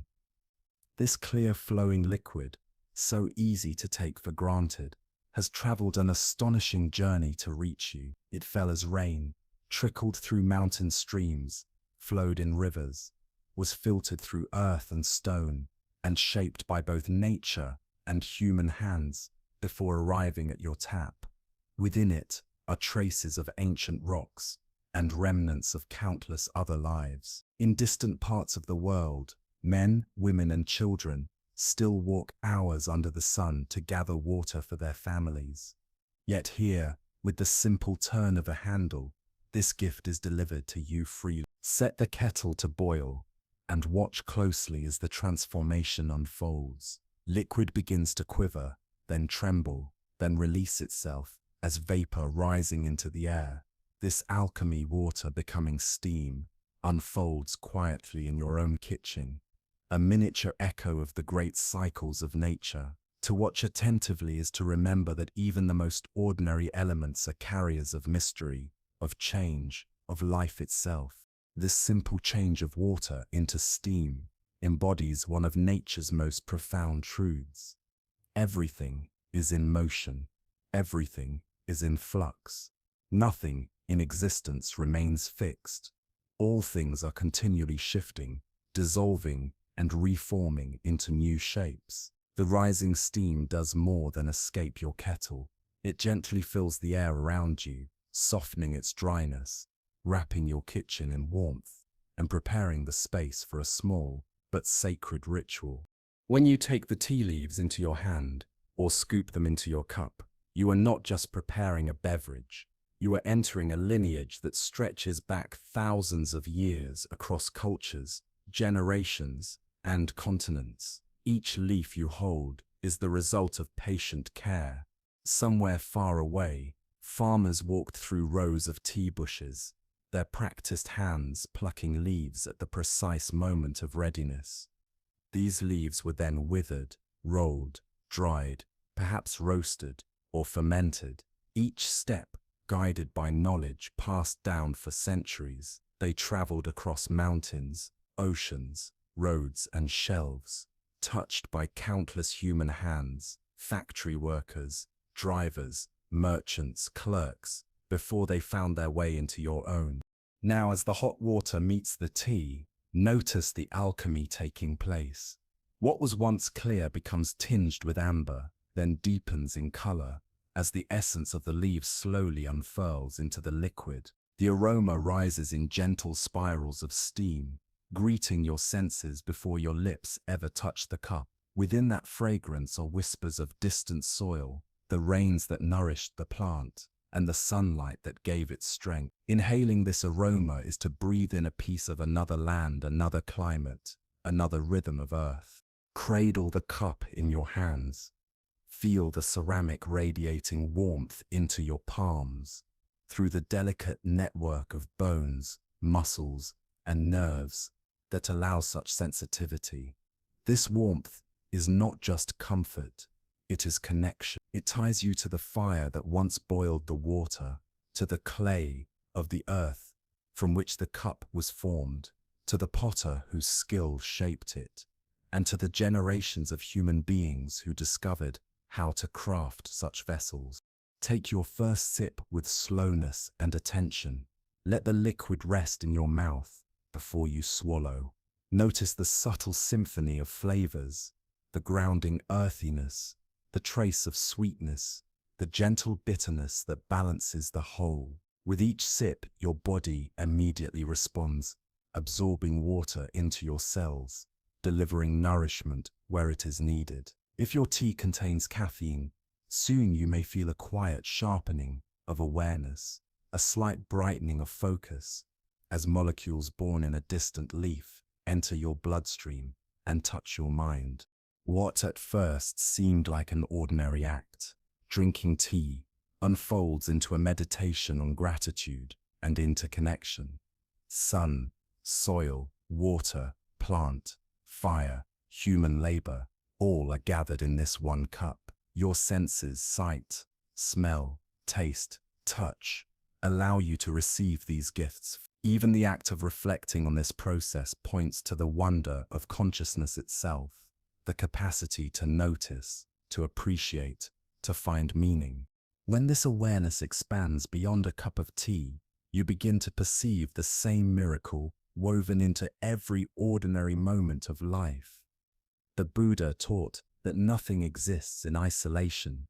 All phenomena arise through a web of conditions that interweave to create reality. This is the insight of interdependence, that your very existence is braided into the existence of everything else. Take breathing, for example. Each inhalation is possible because of trees and plants who exhale oxygen through the great process of photosynthesis. In return, they take in the carbon dioxide you and all other animals release. Every breath you draw is an intimate exchange with forest, gardens, and fields, a reminder that your lungs and the leaves of the world are engaged in constant, mutual generosity. The food on your table is another testament to this interconnected dance. Each grain of rice, each slice of fruit, each vegetable carries the condensed energy of the sun, stored within through the mysterious alchemy of plant growth. Farmers, rain clouds, earthworms, and sunlight all conspire together so that you could have a single bite, to eat, to drink, to breathe. These most ordinary acts are also holy exchanges, threads in the vast web that binds you to all life. Farmers envisioned, planted, tended, and harvested the crops you eat, often braving sun, rain, and unpredictable storms to ensure nourishment for people they will likely never meet. Their silent devotion flows into you with every bite. Transportation workers carried these goods across highways, oceans, and railways. Grocery clerks stacked shelves, cashiers handled exchanges, and unseen hands everywhere played their part in bringing food from fertile fields all the way to your table. Even the soil beneath those crops is a miracle of cooperation. It was enriched by generations of decomposing plants, fallen leaves, and the remains of countless animals, each surrendering back to the earth, becoming food for future life. That quiet cycle of death, feeding new growth, sustains every harvest, every meal, every breath of vitality that now keeps you alive. The very clothes you wear also tell a story of interdependence. Cotton sprouted from soil, nourished by rain and sun. Sheep offered wool. Silkworms spun threads. Workers cultivated, spun, wove, cut, and stitched. Each step a collaboration of hands across time and space. What you now casually put on each morning is the product of a lineage of care and labor. The roof over your head is no less miraculous. Carpenters, electricians, plumbers, architects, and builders all lent their skills. Materials were pulled from deep quarries, forests, and rivers. Wood, stone, clay, metal, all transformed into walls and beams that now shelter you. Every night that you sleep safely, you are held by this collective effort of nature and human craft. Even the knowledge you use daily, how to read, how to calculate, how to navigate the modern world, was handed down through the devotion of teachers, writers, thinkers, and wisdom keepers across centuries. They carried the flame of human understanding forward so that you might hold it today. This web of interdependence extends far beyond material survival. It reaches into the realm of heart and spirit. Every kind word ever spoken to you, every encouragement, every embrace of love has shaped your ability to face difficulties. Scientists who discovered medicines, doctors and nurses who apply them, engineers who design safe travel, workers who maintain power grids and water systems, all quietly sustain your well-being. Often you may not even see their faces, yet their care is woven into the fabric of your life. Recognizing this boundless web of interconnection doesn't lessen your individuality or diminish your achievements. Instead, it reveals the truth. Your very existence is upheld by an infinite network of generosity and mutual care. You are not standing apart from this web. You are a living strand within it. You receive endlessly, and in turn, you also give endlessly. Every breath you take, every kind word you offer, every moment of inner peace you cultivate ripples outward, nourishing the greater whole. The Buddha captured this reality in words of piercing simplicity. Let us rise up and be thankful, for if we didn't learn a lot today, at least we learned a little. And if we didn't learn a little, at least we didn't get sick. And if we got sick, at least we didn't die. So let us all be thankful. This gentle teaching becomes like a ladder of gratitude, one that you can climb no matter where you find yourself. Some days feel abundant, overflowing with blessings. Other days are marked by loss, fatigue, or hardship. Yet even then, gratitude remains possible, sometimes for learning, sometimes for health, sometimes for life itself. There is always a rung to stand on. The practice, then, is not about forcing yourself into forced cheer or ignoring difficulties. It is about locating the appropriate level of gratitude for this moment and resting there without constantly reaching for what you lack. Cultivating such sacred appreciation takes intention, much like strengthening a muscle. One powerful practice is keeping a gratitude journal, though not in the hurried, superficial way it is often suggested. Instead of jotting down 3 quick things each day, choose a single blessing and explore it deeply. Trace its origins, reflect on who contributed to making it possible. Contemplate how it connects you to the wider web of life. In this way, gratitude becomes not just a passing thought, but a meditation, a doorway into wonder, and a practice of belonging. Another approach to cultivating thankfulness is through gratitude meditation, where you sit quietly and intentionally acknowledge and appreciate different dimensions of your present experience. You can begin with your own body, the miracle of circulation, carrying life through your veins, the extraordinary gift of sensation that allows you to touch, taste, hear, and see, and the remarkable coordination of muscles and nerves that enables you to move with ease. From there, expand your awareness to your immediate surroundings, the shelter that protects you, the warmth or coolness that keeps you comfortable, the sounds that remind you of the life happening all around you beyond the walls of your home. Gradually let your circle of appreciation widen to include your relationships, the opportunities you have for learning and growth, and eventually the immense natural systems, sun, air, water, and earth, that sustain all beings on this planet. When practiced consistently, this mindful appreciation can transform even the most ordinary routines into sacred moments of gratitude.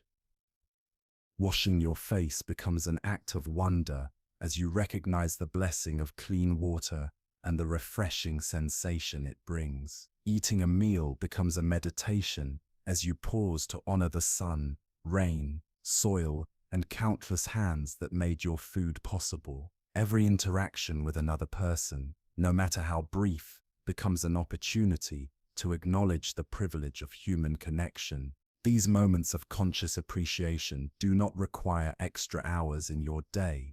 Rather, they enrich and deepen the activities you are already engaged in. Gratitude, when expressed outwardly, creates ripples far beyond a single interaction. A simple thank you to the bus driver, the store clerk, or the stranger who holds the door can brighten their entire day. Such gestures of acknowledgement remind others that their efforts matter, and at the same time remind you that you are an active participant in the greater web of mutual recognition that weaves human community together. Even during the most difficult chapters of life, the practice of sacred appreciation can provide stability, perspective, and hope. In times of illness, you may choose to appreciate the parts of your body that continue to function faithfully. In moments of conflict, you can recognize the eventual gift of wisdom and growth that hardship often delivers. In seasons of loss, you may still find gratitude in the precious time you once shared with what or whom you have lost. This way of living does not deny the reality of pain. Instead, it ensures you remain connected to sources of nourishment, even in times of depletion. A simple and accessible way to anchor yourself in this spirit of thankfulness is through the 3-breath gratitude technique, a practice you can use anywhere, at any time, especially when stress, overwhelm, or disconnection weigh heavily on your heart. With your first breath, bring awareness to your body and appreciate something that is working well right now: the steady rhythm of your heart, the effortless expansion of your lungs, or the vision that allows your eyes to take in these words. Let the fullness of this physical blessing saturate your entire inhale and exhale. With your second breath, extend your gratitude outward to someone who has offered you support recently. It may be a family member, a friend, a coworker, or even a stranger whose small act of kindness touched you. As you breathe, let yourself feel the warmth of their presence and the bond of connection. With your third breath, broaden your gratitude even further to embrace the natural world, the air filling your lungs, the sunlight streaming through a window, the trees quietly creating oxygen, or the rain nourishing the earth. Allow this breath to remind you of your intimate belonging to the vast web of life that sustains you. These 3 simple breaths of gratitude have the power to shift your entire perspective in less than a minute. They serve as a reminder that appreciation is always within reach. No matter what circumstances you face, within you lies the innate capacity to notice blessings, to honor connection, and to cherish your place in the magnificent, interwoven fabric of existence.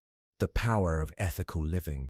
In Buddhism, living ethically is not just a matter of making moral choices.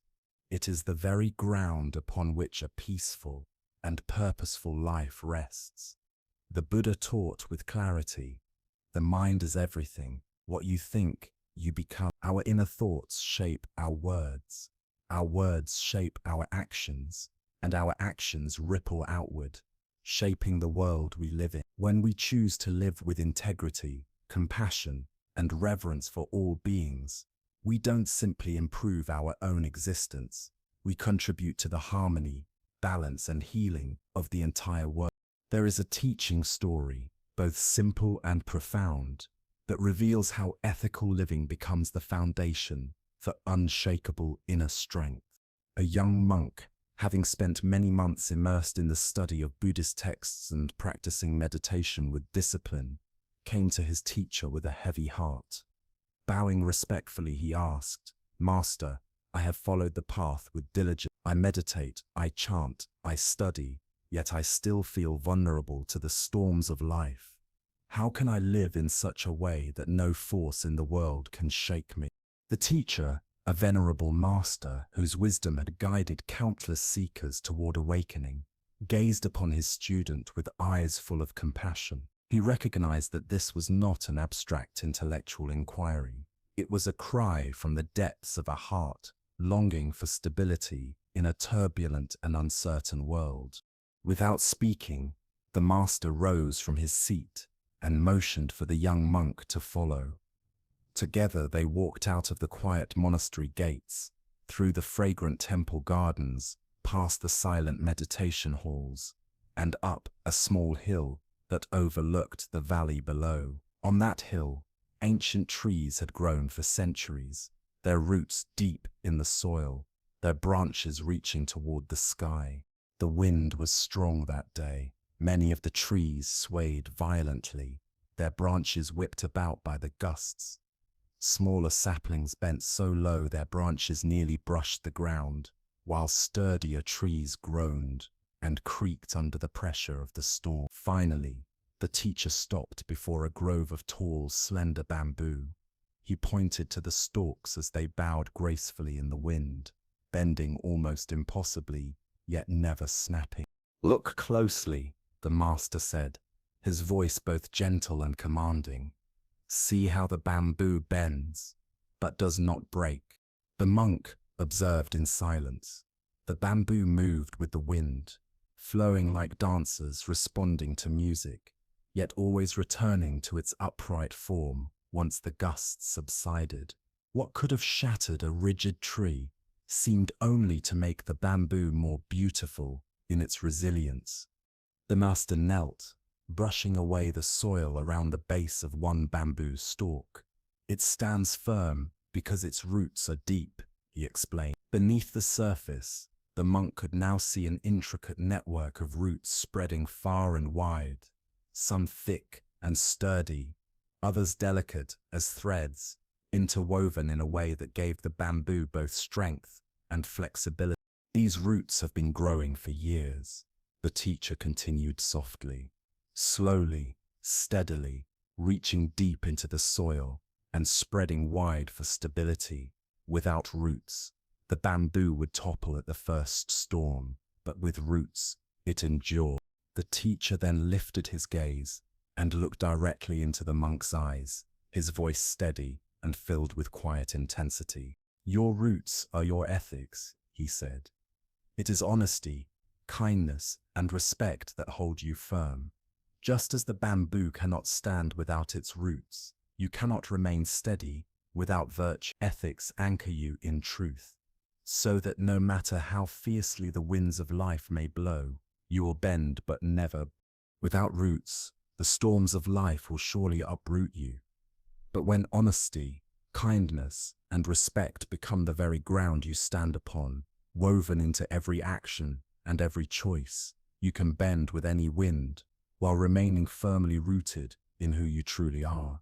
The young monk stood silently, his eyes fixed on the bamboo grove, and slowly began to grasp the profound metaphor his teacher was offering.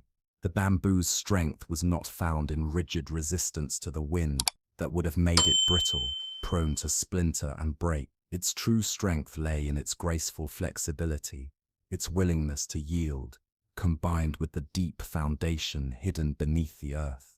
It could sway, bow, and even bend almost to the ground, yet never lose its essential nature or its connection to the soil that nourished it.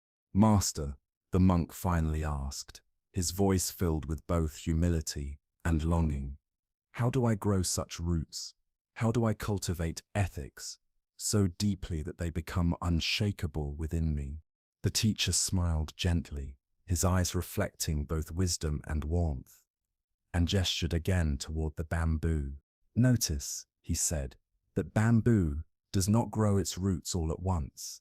Each day, each season, they extend a little further, growing wider, reaching deeper, gaining strength."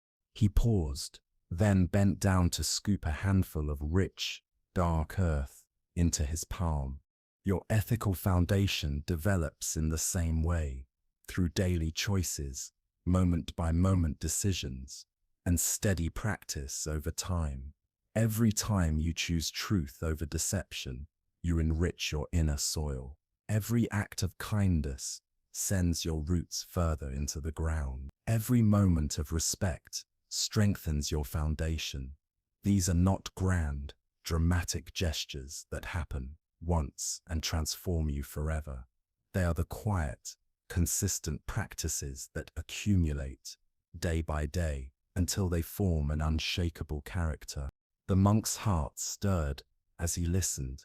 He realized now that his teacher was describing a path far different from what he had imagined. He had believed that enlightenment or unshakable inner strength would come through sudden flashes of insight, through intense meditation, or in dramatic breakthroughs of realization. But the master was pointing to something gentler and more enduring, the gradual cultivation of integrity, built slowly through countless small choices made with sincerity. "Strength," the teacher continued, "is not found in resisting the wind.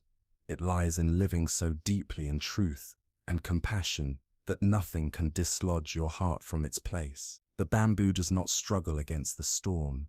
It dances with it, flowing in harmony, yet never forgetting the earth that holds it firm.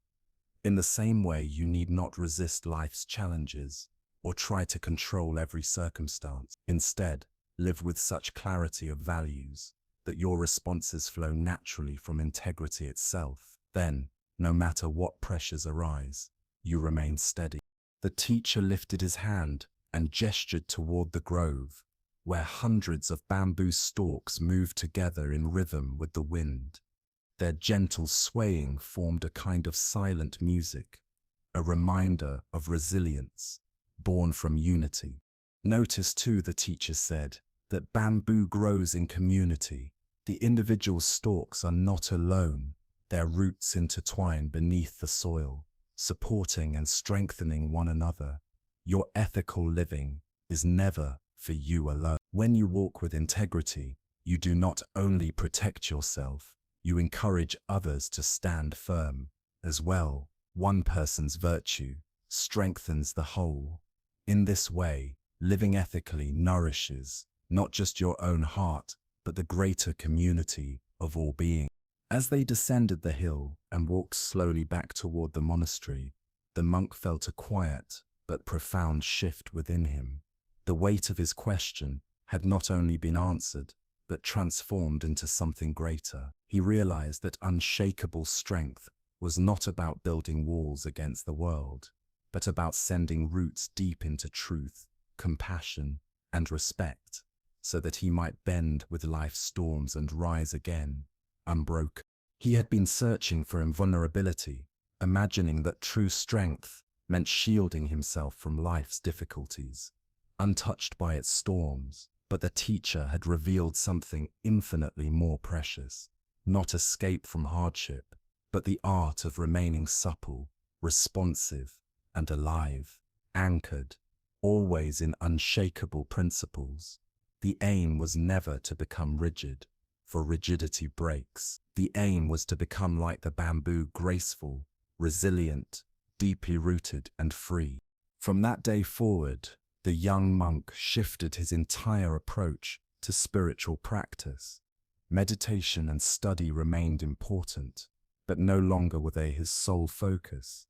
He began to notice the subtle weight of every choice, every word, every interaction. Each became an opportunity to embody honesty, kindness, and respect. What he once thought of as moral restrictions began to reveal themselves as pathways to the very freedom and stability he had been seeking all along. Ethical living was not a cage of rules. It was a key, unlocking peace of mind and harmony in his relationships. The roots of character his teacher described, honesty, kindness, and respect, are what Buddhism calls the foundation of right living. These are not arbitrary commandments imposed from outside.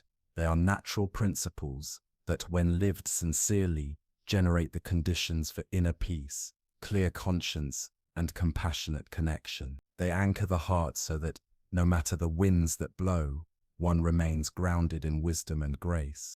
Honesty, the teacher had said, is the cornerstone of this ethical foundation. It brings inner life and outer action into alignment. When we live truthfully, we no longer need to spin complex webs of deception or worry about contradictions catching up with us. The mind is unburdened, freed from the exhausting labor of maintaining illusions. Instead, it becomes clear, simple, and able to meet reality directly. This inner clarity radiates outward. Others feel it, trust it, and relationships naturally deepen. Yet honesty reaches beyond merely avoiding falsehood. It also means daring to be truthful with ourselves. It asks us to look directly at our own hearts, at our true motivations, our limitations and strength, our quiet fears, and our unspoken desires. This self-honesty prevents us from drifting into denial or crafting elaborate justifications for choices that do not serve our higher values. Seeing ourselves with compassion and accuracy is not easy, but it is liberating. It allows us to choose what genuinely supports our long-term well-being and growth rather than what merely soothes us in the moment. Honesty also shapes the way we speak. The Buddha's teaching on right speech reminds us that words should be true, but also necessary and kind. This does not mean silence in the face of difficulty or avoiding truths that others may find uncomfortable. It means that when we speak, we do so from care rather than from ego or manipulation, with the intention of building understanding and healing rather than sowing harm. When honesty is cultivated until it becomes second nature, not an occasional effort, but the very structure of our being, it forms what we might call structural integrity. Just as a temple built on strong foundations endures through earthquakes and storms, so too does a life grounded in truth remain steady amid pressure and uncertainty. Our words, actions, and intentions align with our values, and this alignment becomes strength itself. People come to place their trust in us, not by accident, but because our actions, words, and decisions remain steady, reliable, and rooted in principles rather than in fleeting moods or shifting convenience. Consistency in this deeper sense communicates integrity, and integrity naturally inspires confidence. Upon this firm ground, kindness builds a further dimension of strength. Kindness ensures that our truthfulness is guided by compassion rather than colored by arrogance or self-righteousness. It elevates honesty from being a blunt instrument into a tool of care. True kindness is not to be confused with shallow politeness or an artificial sweetness that masks discomfort. Rather, it is a genuine expression of concern for the well-being of all who cross our path. It grows out of the recognition that every person carries unseen burdens, that each individual we meet is wrestling with struggles invisible to us, and that most are doing the very best they can with the knowledge, resources, and strength available to them in that moment. With this awareness, patience arises naturally, patience for shortcomings, patience for mistakes, and generosity toward the sincere efforts others make. When we encounter rudeness or hostility, kindness helps us pause and remember that such behavior more often reflects another person's inner turmoil, pain, or confusion than it does any true measure of our own worth. With this understanding, we are freed from the reflex of defensiveness. Instead of mirroring hostility, we are able to respond with compassion, breaking the cycle of reaction and counter-reaction. This creates space not only for calm, but also for potential healing and reconciliation. Equally essential is the recognition that kindness must extend inward as well as outward. Self-compassion is not weakness, but wisdom. It means treating ourselves with the same gentle understanding, patience, and care that we would readily extend to a cherished friend facing difficulties. Without this practice, we easily fall into harsh self-criticism, which erodes confidence and breeds inner conflict. By practicing kindness toward ourselves, we strengthen our emotional resilience, and this resilience becomes the reservoir from which we can extend authentic care to others. In this way, self-compassion becomes the root system that supports the wider tree of compassion for all beings.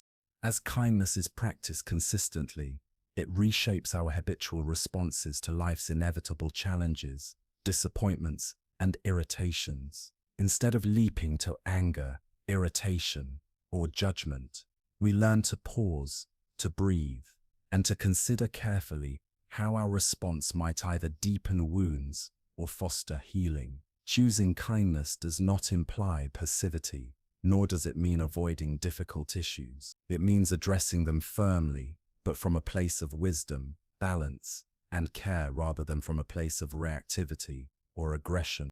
To this strong ethical foundation, respect adds the final essential element. Respect means recognizing and honoring the inherent dignity, worth, and sacred value of every being we encounter. It acknowledges that each person possesses a unique perspective, a valid, lived experience, and an unfolding journey of growth, wisdom, and learning. Even when we disagree deeply with another's choices or find their actions challenging, respect calls us to remember their basic humanity and their potential for change and healing. With respect, we resist the temptation to dismiss others as obstacles, enemies, or unworthy of our attention. Instead, we maintain an openness to what each encounter may teach us, and to the truth that our well-being is inextricably linked with theirs. Respect paves the way for genuine dialogue, mutual understanding, and cooperation, even when faced with differences of belief, opinion, or lifestyle. This quality of respect does not end with human beings alone. It extends outward to embrace the natural world, the ecosystems that sustain us, and the countless non-human beings with whom we share this earth. Respect for the environment recognizes that we are not separate from it, but part of a vast, interwoven web of life, where the health of each strand contributes to the vitality of the whole. When we treat the natural world with reverence, we affirm our dependence on its systems and acknowledge our responsibility to safeguard them for the generations yet to come. Together, honesty, kindness, and respect form what can be compared to the underground network of bamboo roots, a foundation so deep, interconnected, and resilient that no matter how fierce the storms above, we remain firmly anchored. These qualities act as the fertile soil from which all meaningful action arises, ensuring that when life tests us, our responses come not from fleeting impulses or unchecked emotions, but from the core of our highest value. Just as bamboo roots slowly spread beneath the earth, weaving strength unseen, the cultivation of ethical character is not built overnight. It grows gradually through countless small but deliberate choices made with consistency over days, months, and years. The Buddha's profound insight that the mind is everything what you think, you become, points us toward one of humanity's most transformative discoveries. Our thoughts are not merely passive reflections of reality. They actively shape, color, and construct the reality we experience. This is not mystical or abstract speculation. It is a practical recognition of how consciousness directly influences the course of our lives, guiding every decision and every response through the patterns we repeatedly nurture in the mind. Consider the daily, tangible power of this principle. If you awaken in the morning with the expectation that the day will be difficult, your perception begins to bend toward that belief. Suddenly, the traffic feels heavier, minor inconveniences appear larger, and neutral events take on the shade of irritation. The day becomes an echo chamber for your initial thought. Your expectation does not magically summon problems into existence, but it alters the way you interpret and respond to everything that unfolds. By contrast, when you begin a morning with a thought of gratitude, curiosity, or openness, the same external circumstances can feel entirely different. Small pleasures stand out more vividly, opportunities appear where you might otherwise overlook them, and challenges are approached with creativity instead of resistance. The events of the day may not change at all, but the quality of your experience shifts dramatically because of the mental framework through which you perceive it. This principle extends far beyond momentary moods. It shapes the very trajectory of our lives. A person who habitually identifies as a victim tends to make choices that unconsciously reinforce that story, overlooking opportunities for empowerment or interpreting every setback as further proof of helplessness. Meanwhile, someone who regards themselves as a capable learner meets challenges as opportunities for growth, persists through difficulties, and interprets effort itself as a path to improvement.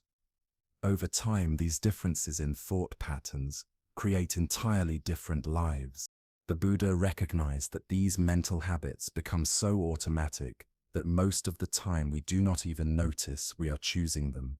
Thoughts seem to arise on their own, carrying us forward as though we were passengers in a vehicle we forgot we were driving. Yet mindfulness practice reveals something liberating. We have far more influence over our thinking than we usually recognize. We can step back, observe the thoughts moving through the mind, question whether they are accurate or helpful, and then choose deliberately which patterns to strengthen. This does not mean forcing ourselves into shallow optimism or denying the real difficulties that life presents. Instead, it means developing clarity of thought and the skill to meet reality as it is, without distortion. When genuine problems arise, we can choose thoughts that support effective problem solving rather than those that spiral into anxiety, despair, or paralysis. In this way, we learn to harness the creative power of thought, not to escape reality, but to meet it wisely, courageously, and compassionately. When we experience loss, disappointment, or any form of hardship, the natural first step is to acknowledge the pain, honestly, without denial or pretense. Yet alongside that recognition, we can hold space for perspective and hope, for the understanding that healing, though gradual, is always possible. Transformation rarely happens in sudden leaps. It unfolds quietly and steadily as we become more conscious of our mental habits and more deliberate about cultivating wholesome, life-giving patterns of thought. As we repeatedly turn our minds toward gratitude, compassion, curiosity, and possibility, these qualities slowly become second nature. They begin to shape the background climate of our inner world, replacing old habits of fear or resentment with a more open, trusting way of being. This shift in mental atmosphere does not remain inward only. It naturally influences the actions we take and the ways we relate to others. In turn, those actions reshape our external circumstances and our relationships. Over time, we quite literally become what we have been thinking, not by any magical process, but through the direct and practical consequences of living from a transformed consciousness. This understanding also sheds light on why ethical living holds such power in creating unshakable peace. When our behavior consistently aligns with our highest values, we develop what psychologists call cognitive consonance, a deep harmony between what we believe and how we act. This alignment eliminates the inner conflict and fragmentation that arise when we know what is right, yet fail to live accordingly. Instead of being pulled in opposite directions by competing values and impulses, the mind becomes unified, steady, and clear.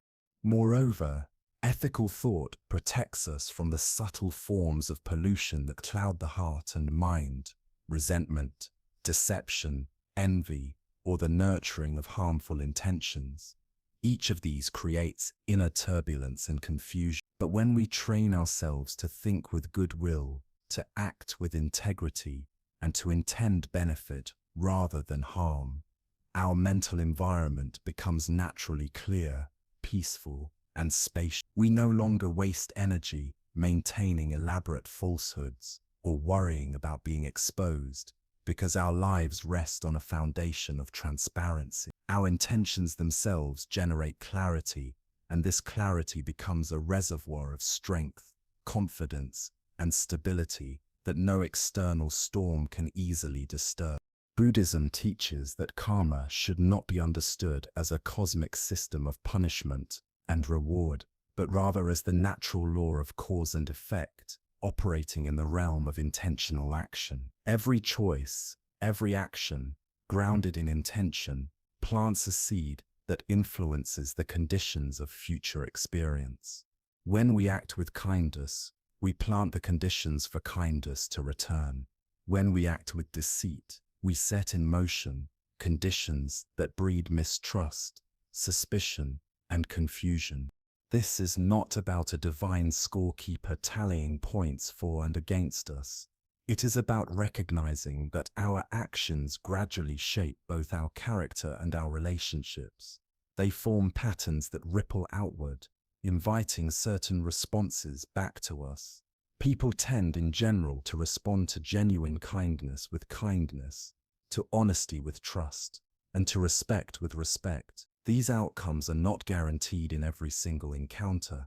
Human beings remain unpredictable, but they represent the broader tendency of how ethical living creates conditions for harmony, cooperation, and peace. Perhaps most important of all are the immediate karmic consequences that unfold within ourselves. When we act with integrity, we experience the quiet satisfaction and strength that come from knowing we are aligned with our deepest values. When we act harmfully or deceitfully, we feel the sting of inner conflict, what psychology calls cognitive dissonance, often accompanied by guilt, regret, or unease. These inner responses themselves become the most direct proof that our choices matter, shaping not only the world around us, but the quality of our own hearts and minds. These inner responses of satisfaction or discomfort function as natural feedback systems, guiding us in the direction of choices that foster well-being and steering us away from those that inevitably create suffering. By understanding karma in its true sense, we learn to evaluate our decisions not only by their immediate gratification, but by their long-term consequences. This perspective brings wisdom into daily life, helping us see beyond short-term desires, and understands how every intention plants seeds for future experiences. The Buddha's image of a single lamp that can light countless others without losing its own flame beautifully captures this truth. Ethical living, like the lamp's light, does not diminish when shared, it multiplies. When we live with integrity, kindness, and respect, we do not exhaust these qualities, but instead make them more accessible for others. Our way of being becomes an invitation for others to discover and strengthen the same qualities within themselves. Reflect on how you feel when you encounter someone who is genuinely honest, unwaveringly kind, or deeply respectful. Simply being in their presence often stirs something within you, drawing forth your own capacity to speak more truthfully, to act with greater generosity, or to treat others with heightened consideration. This influence does not occur because they preach, lecture, or demand. It happens because their lived example quietly demonstrates that such qualities are not only possible, but also practical and deeply human. Their light does not impose. It illuminates the dormant light already within you. This ripple effect of ethical influence spreads mostly through ordinary, consistent example rather than through dramatic gestures. Consider the colleague who treats everyone with equal respect, regardless of status or position. Their behavior teaches dignity without a single word. Think of the neighbor who addresses difficult matters honestly, yet kindly. Their example shows how truth and compassion can coexist. Or the friend who safeguards confidences and keeps promises faithfully. Their reliability demonstrates that trustworthiness is not an abstract ideal, but a daily possibility. Each example plants quiet seeds of ethical courage in those who witness. Over time, when enough individuals embody these qualities, communities begin to change. Groups of ethical practitioners create a kind of shared moral atmosphere where high standards of integrity are not only supported, but celebrated. In such an environment, people reinforce each other's best choices. Ethical living becomes normalized rather than exceptional. Instead of peer pressure dragging people toward harmful behavior, it lifts them toward greater honesty, compassion, and respect. This creates a positive feedback loop, where individual choices support the collective good, and the collective culture, in turn, supports individual well-being. In this way, the health of society is directly strengthened by the daily ethical practice of its members. Developing such a practice does not require grand or heroic acts. It begins in the simplest of moments, with the choices you make each day in ordinary interactions. Pay attention to the small opportunities constantly arising, whether you speak truthfully or shade the truth, whether you treat a store clerk with courtesy or indifference, whether you keep a promise even when it becomes inconvenient, whether you admit to a mistake even if no one else would know. Each of these moments is a root extending deeper into the soil of your character. Every time you choose integrity over convenience, kindness over selfishness, or respect over judgment, you strengthen the ethical foundation of your life. These small, consistent choices are like bamboo roots spreading quietly yet powerfully beneath the surface. Over time, they create a base so strong that no external storm can uproot you. This is the promise of ethical living. Not those challenges will vanish, but that you will have built within yourself a resilient foundation capable of withstanding them with clarity, dignity, and peace. This path is not about reaching some unreachable standard of moral perfection, but about moving with steady consistency in the direction of your highest values. Like bamboo, which grows silently yet firmly beneath the earth before rising into view, your ethical foundation strengthens gradually through the persistence of daily practice. Be patient with this process, and learn to celebrate even the smallest steps that draw you closer to integrity. Each day presents new chances to align your actions with your deepest wisdom, building the unshakable peace that naturally arises from living in harmony with your truest nature. Practice of letting go and trusting the process. Among the most profound teachings of the Buddha is the principle of letting go. He observed that the root of much of human suffering lies in attachment.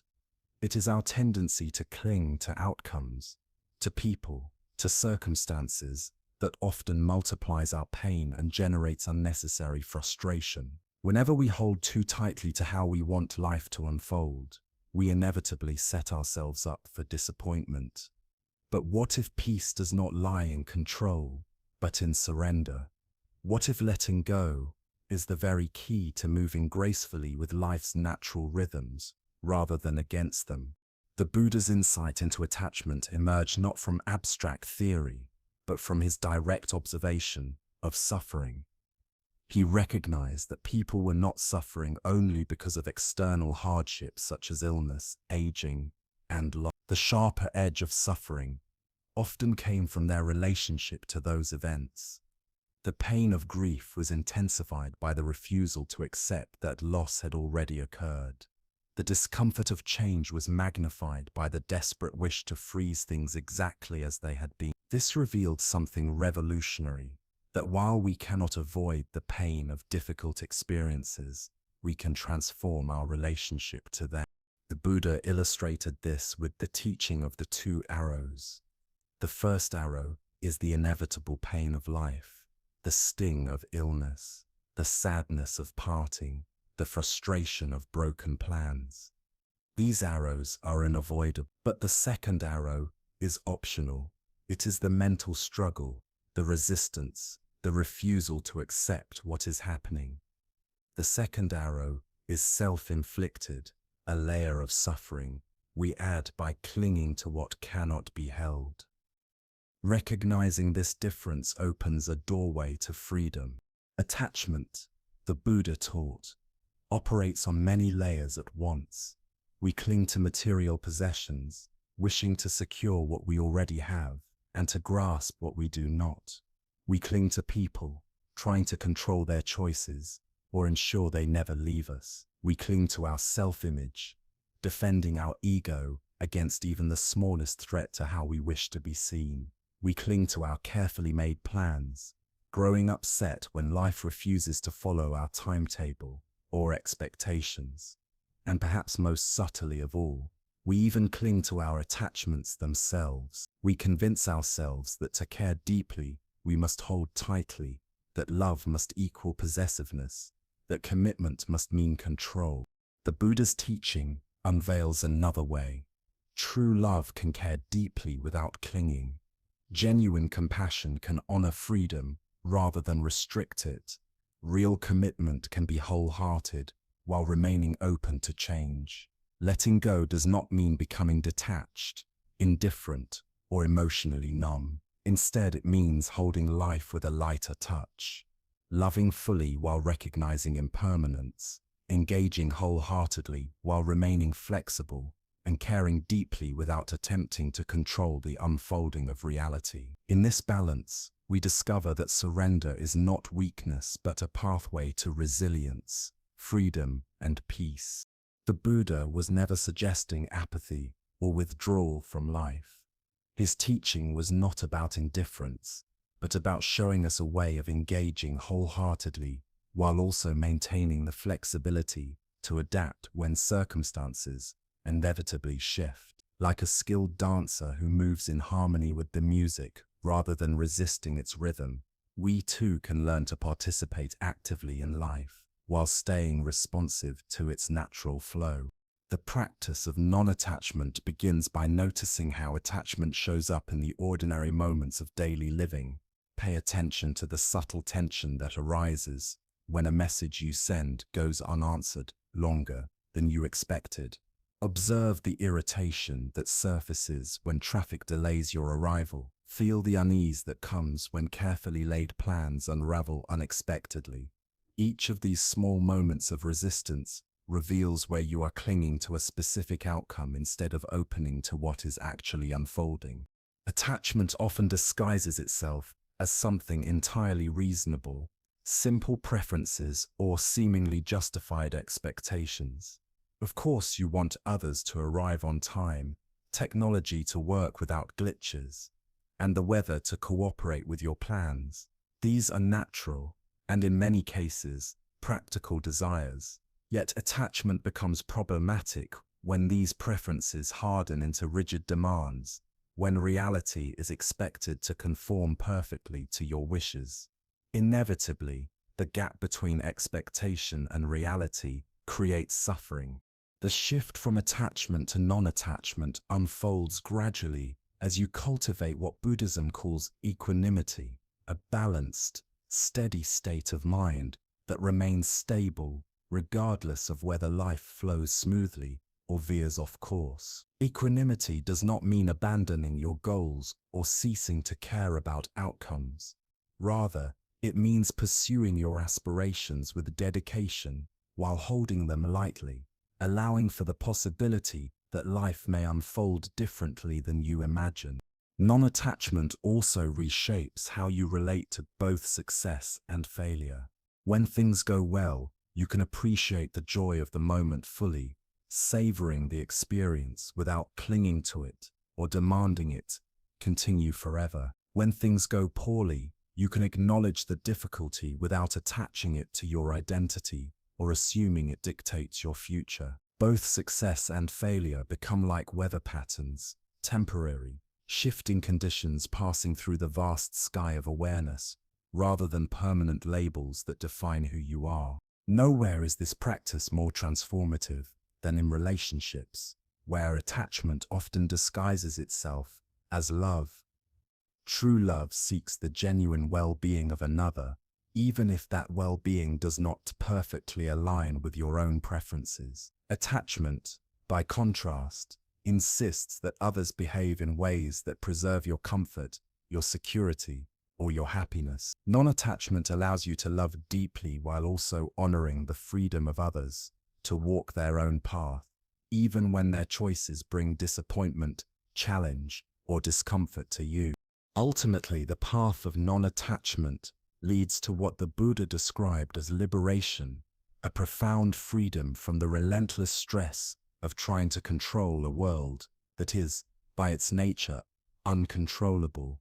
This liberation does not separate you from life. Rather, it enables you to participate in it more wisely and skillfully. Instead of fighting against what you wish were different, you learn to meet life as it is, flowing with its rhythm, engaging with its reality, and responding with clarity and peace.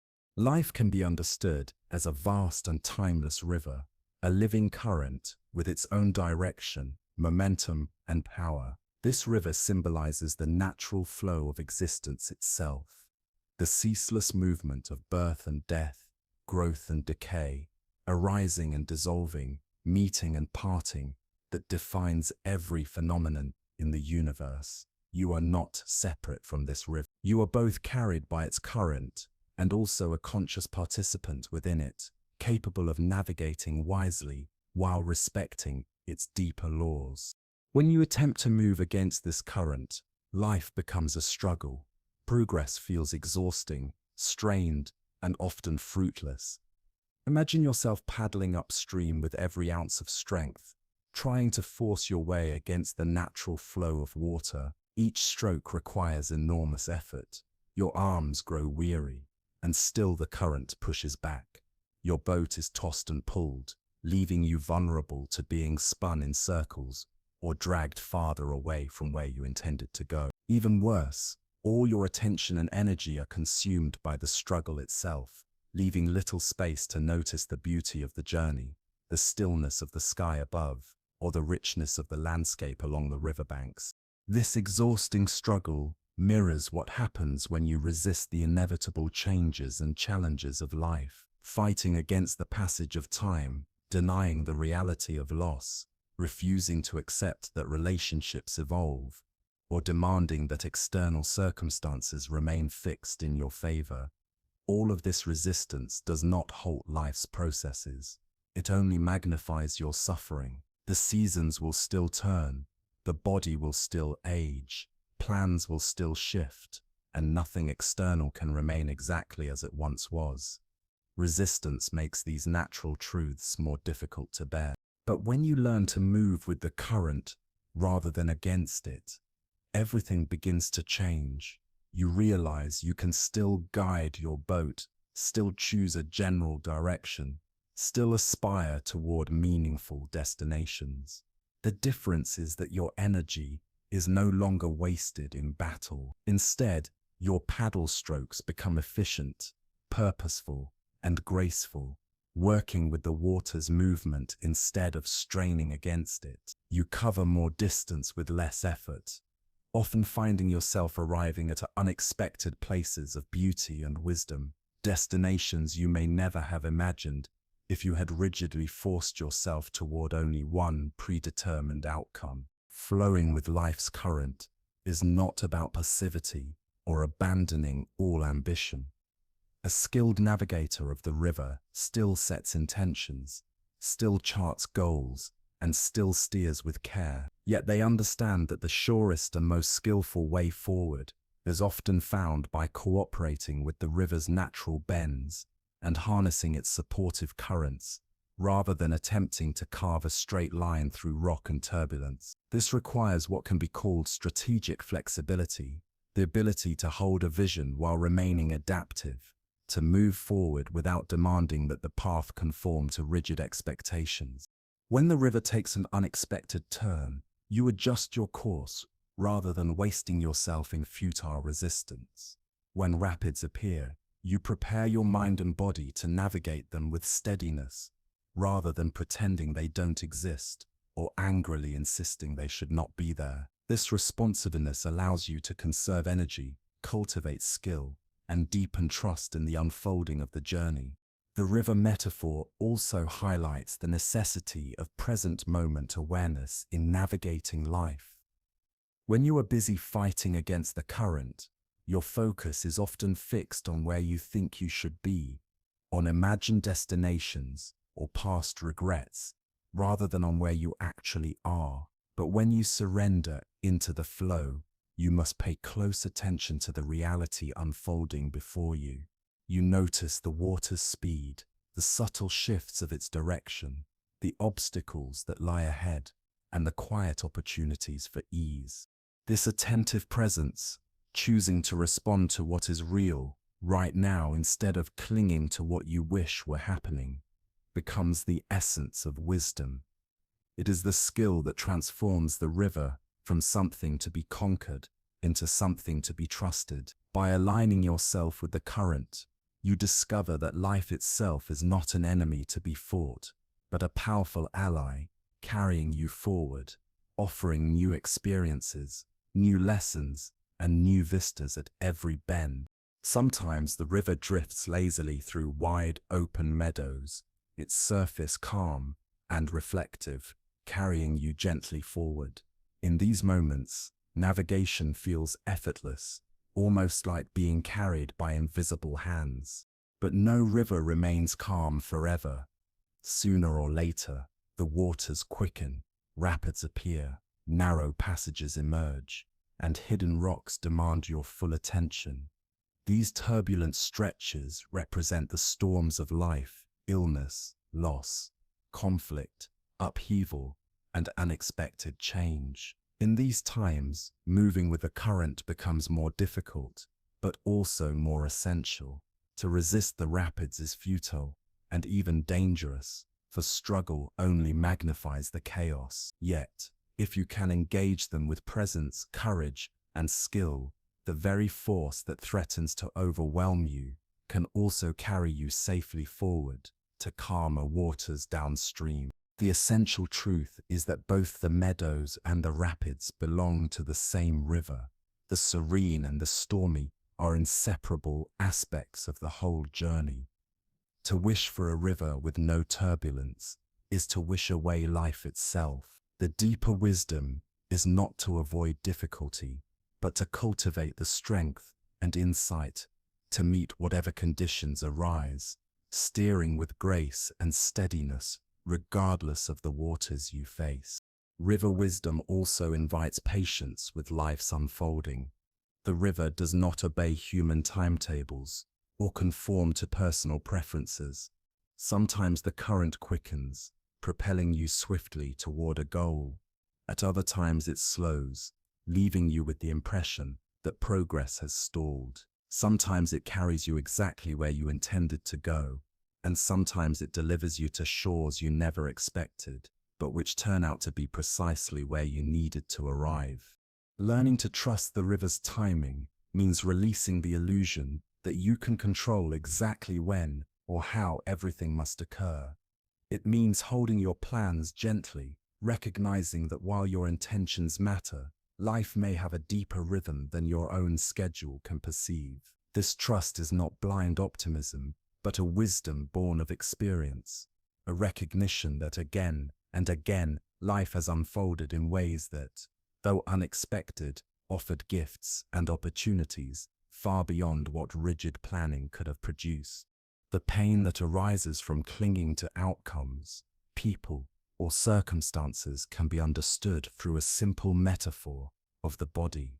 Imagine holding a handful of fine sand. When you cup your hands softly, open yet supportive, the sand rests easily in your palms. You can feel its warmth, enjoy its texture, and allow it to be what it is. But if you tighten your grip, desperate to keep every grain from slipping away, the sand presses uncomfortably against your skin, spilling out between your fingers, no matter how tightly you squeeze. The harder you hold, the more you lose, and the more strained the experience becomes. This is the exact dynamic of clinging in our inner lives. When you hold relationships, goals, and experiences with openness, you can appreciate them fully in the time they are present. But when you try to lock them in place, demanding that they never change, you create tension, anxiety, and fear that ironically prevent you from truly enjoying what you already have. The energy that might have gone into savoring the present moment is instead wasted in the impossible attempt to control the future. Clinging has a paradoxical quality. It often magnifies the very outcome you are trying so hard to prevent. When you cling to a relationship out of fear that it might end, the possessiveness and controlling behavior that arise from that fear can drive the other person away more quickly. When you cling to financial or personal security because you fear loss, your rigidity keeps you from adapting, blinding you to changes that could actually strengthen and improve your situation. When you cling to your self-image out of fear of criticism, your defensiveness often provokes the very conflict and judgment you are hoping to avoid. The Buddha carefully observed this pattern and described it with the word dukkha, a term encompassing the full spectrum of suffering, from subtle unease and restlessness to deep anguish and despair. This suffering is not caused merely by external circumstances, but by the inner gap between reality as it unfolds and the rigid insistence that it should unfold differently. The greater the gap, the sharper the suffering. This explains why two people can undergo the very same experience with profoundly different responses. One person loses a job and falls into devastation, clinging tightly to that role as their anchor of identity and security. Another person, facing the same loss, feels the sting of disappointment, yet remains curious and open, seeing the change as an invitation toward new opportunities. The external event is identical, but the difference in inner experience lies entirely in how tightly each one was holding on to a specific outcome. Clinging also narrows perception, creating what modern psychology calls tunnel vision. When your awareness is locked onto a single desired result, you overlook the wider field of possibilities. Desperately focused on forcing one outcome, you fail to notice alternative paths, some of which may even lead to outcomes richer and more fulfilling than what you originally imagined. When you grip too tightly to how you think things must be, you close yourself off from the beauty and value of how things actually are. The practice of loosening clinging begins with recognition. It requires noticing when you are caught in attachment, when your body and mind are signaling that you are gripping too hard. Physical clues often reveal themselves first. A clenched jaw, tight shoulders, shallow or hurried breathing. Emotional and mental indicators follow. Obsessive thoughts circling around a single outcome, an inability to enjoy the present moment because the future feels heavy with anxiety, or a sense that your happiness rests entirely upon circumstances bending to your will. Once you notice these signs, the next step is not to rip the clinging away forcefully, but to soften it gradually, as though you were slowly opening a fist that has been clenched too tightly for too long. The release is most effective when done with patience, gentleness, and compassion toward yourself. Each small loosening creates space for fresh air, for flexibility, and for the quiet wisdom that comes when you are no longer trapped in the exhausting effort of control. You can begin the practice of loosening attachment by simply acknowledging a basic truth. While you may hold strong preferences for how you would like life to unfold, you never truly have full control over outcomes. Even this small recognition can create space for your nervous system to relax, softening the intensity of grasping and easing the restless urgency of control. From this more spacious place, it becomes easier to breathe deeply and meet life as it actually is, rather than as you demand it to be. Letting go of clinging does not mean ceasing to care, nor does it mean abandoning your goals or giving up your efforts. Instead, it means caring deeply while holding outcomes lightly, working with full devotion while remaining open to possibilities that may look different from what you initially imagined. This balance creates a paradoxical strength. You can give yourself wholeheartedly to your work, your relationships, and your dreams without collapsing when reality unfolds in ways that diverge from your plans. You invest fully in the present moment while freeing yourself from the suffering that arises when expectations are not met with precision. The Buddha's profound teaching that you only lose what you cling to illuminates one of the most liberating truths of human existence. This is not a denial of external loss. Indeed, losses are part of life's fabric. Loved ones pass away, relationships evolve or dissolve, jobs disappear, health shifts. What this insight reveals is that your essential well-being does not need to be shattered by these natural changes. The impermanence of external things cannot harm the deeper stability of your true being when you no longer mistake the temporary for the eternal. At the heart of this wisdom lies the discovery that what you are cannot be lost. Your awareness, your innate capacity for compassion, wisdom, love, and presence belong to your essential nature, not to the roles, possessions, or circumstances that inevitably come and go. When you identify with this unchanging essence, rather than the fragile structures of having, you uncover a security that no loss, no change, no external storm can threaten. Here we see the crucial difference between having and being. Everything you have, whether wealth, titles, or even health, remains subject to impermanence. But what you are, consciousness itself, remains steady, like the open sky through which passing clouds move. When you stop chasing security in the unstable realm of what you possess, and instead rest in the enduring security of what you are, true freedom emerges. The practice that grows from this realization is often called sacred trust, a way of surrendering control without abandoning responsibility or effort. At first glance, this may seem contradictory, but it represents one of the most refined and liberating skills of spiritual maturity. Sacred trust means showing up with your best effort, your clearest intention, and your full presence, while simultaneously acknowledging that countless factors shaping outcomes are far beyond your command. This practice begins with discernment, learning to distinguish clearly between what belongs within your sphere of influence and what does not. You have direct influence over your attitude, your choices, the effort you give, and the quality of your response to whatever unfolds. But you cannot control the decisions of others, the changing seasons of nature, the shifts of economic tides, or the many unseen causes and conditions woven into every moment. Sacred trust means offering your energy wholeheartedly to what you can affect, while relaxing your grasp on what you cannot change. This kind of acceptance is not the same as passive resignation or a fatalistic shrug of indifference.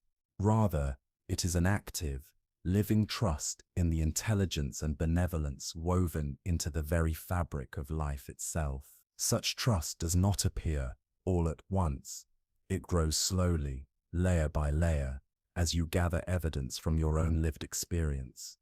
Over time, you begin to notice that your life has been quietly guided by a wisdom greater than anything your limited planning could have designed. Looking back honestly, you can often see how unexpected shifts, apparent detours, sudden losses, and unforeseen opportunities all conspired to bring you growth and depth you never could have engineered by deliberate effort alone. Sacred trust also includes something equally vital: confidence in your own resilience and inner capacity to face whatever arises. You do not need to prescript every possible response to future challenges. Instead, you can trust that when difficulties present themselves, you will discover within yourself, and often through the support of others, the resources, wisdom, and strength needed to respond appropriately. This is not a matter of naive optimism or wishful thinking. It is grounded in memory, the lived evidence of times you confronted situations that once felt impossible, yet somehow found your way through, often discovering abilities you hadn't realized you possessed. To cultivate this deeper trust often requires loosening a deeply ingrained belief that your personal planning, strategies, and attempts at control are the central forces shaping your life. Planning and effort are, of course, valuable and necessary, but they function best when they operate in harmony with larger currents, patterns, synchronicities, and openings that you cannot fully lit or orchestrate in advance. Sacred trust is what allows you to do your part diligently while remaining receptive to guidance, support, and opportunity arising from beyond your narrow perspective. Importantly, this trust does not demand allegiance to any specific religious doctrine or spiritual framework. It simply involves recognizing that your individual consciousness is part of a vast field of intelligence, an intelligence that includes the wisdom of the natural world, the collective knowledge accumulated by humanity, and the mysterious ordering principles that weave together countless unseen variables shaping your everyday existence. When you begin to trust this larger intelligence, you relax into collaboration with life itself, rather than exhausting yourself in a futile attempt to micromanage every outcome in isolation.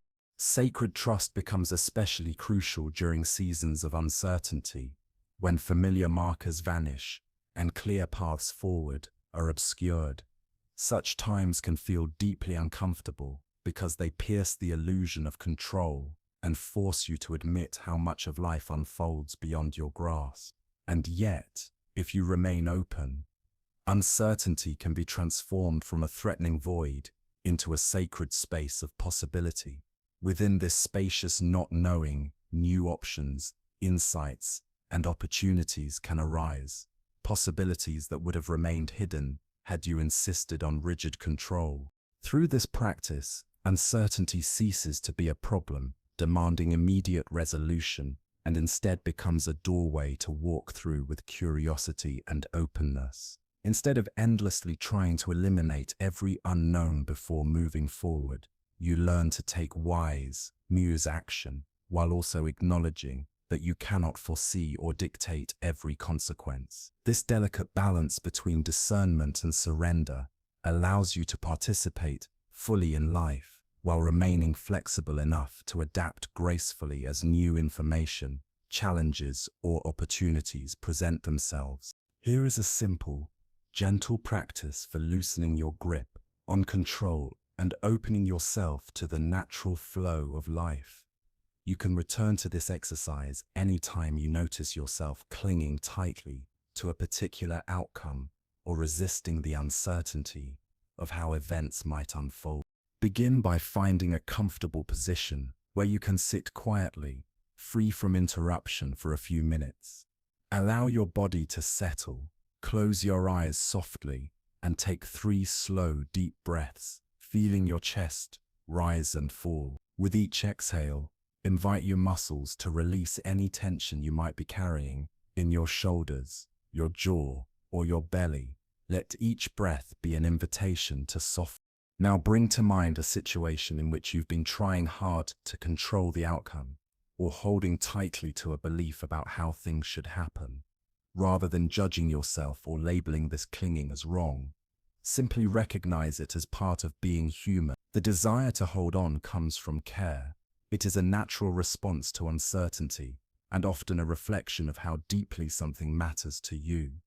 Acknowledge this tenderness with compassion, while also noticing how the grip itself may be creating unnecessary strain. Next, imagine this situation as if it were a delicate bird resting in your open palms.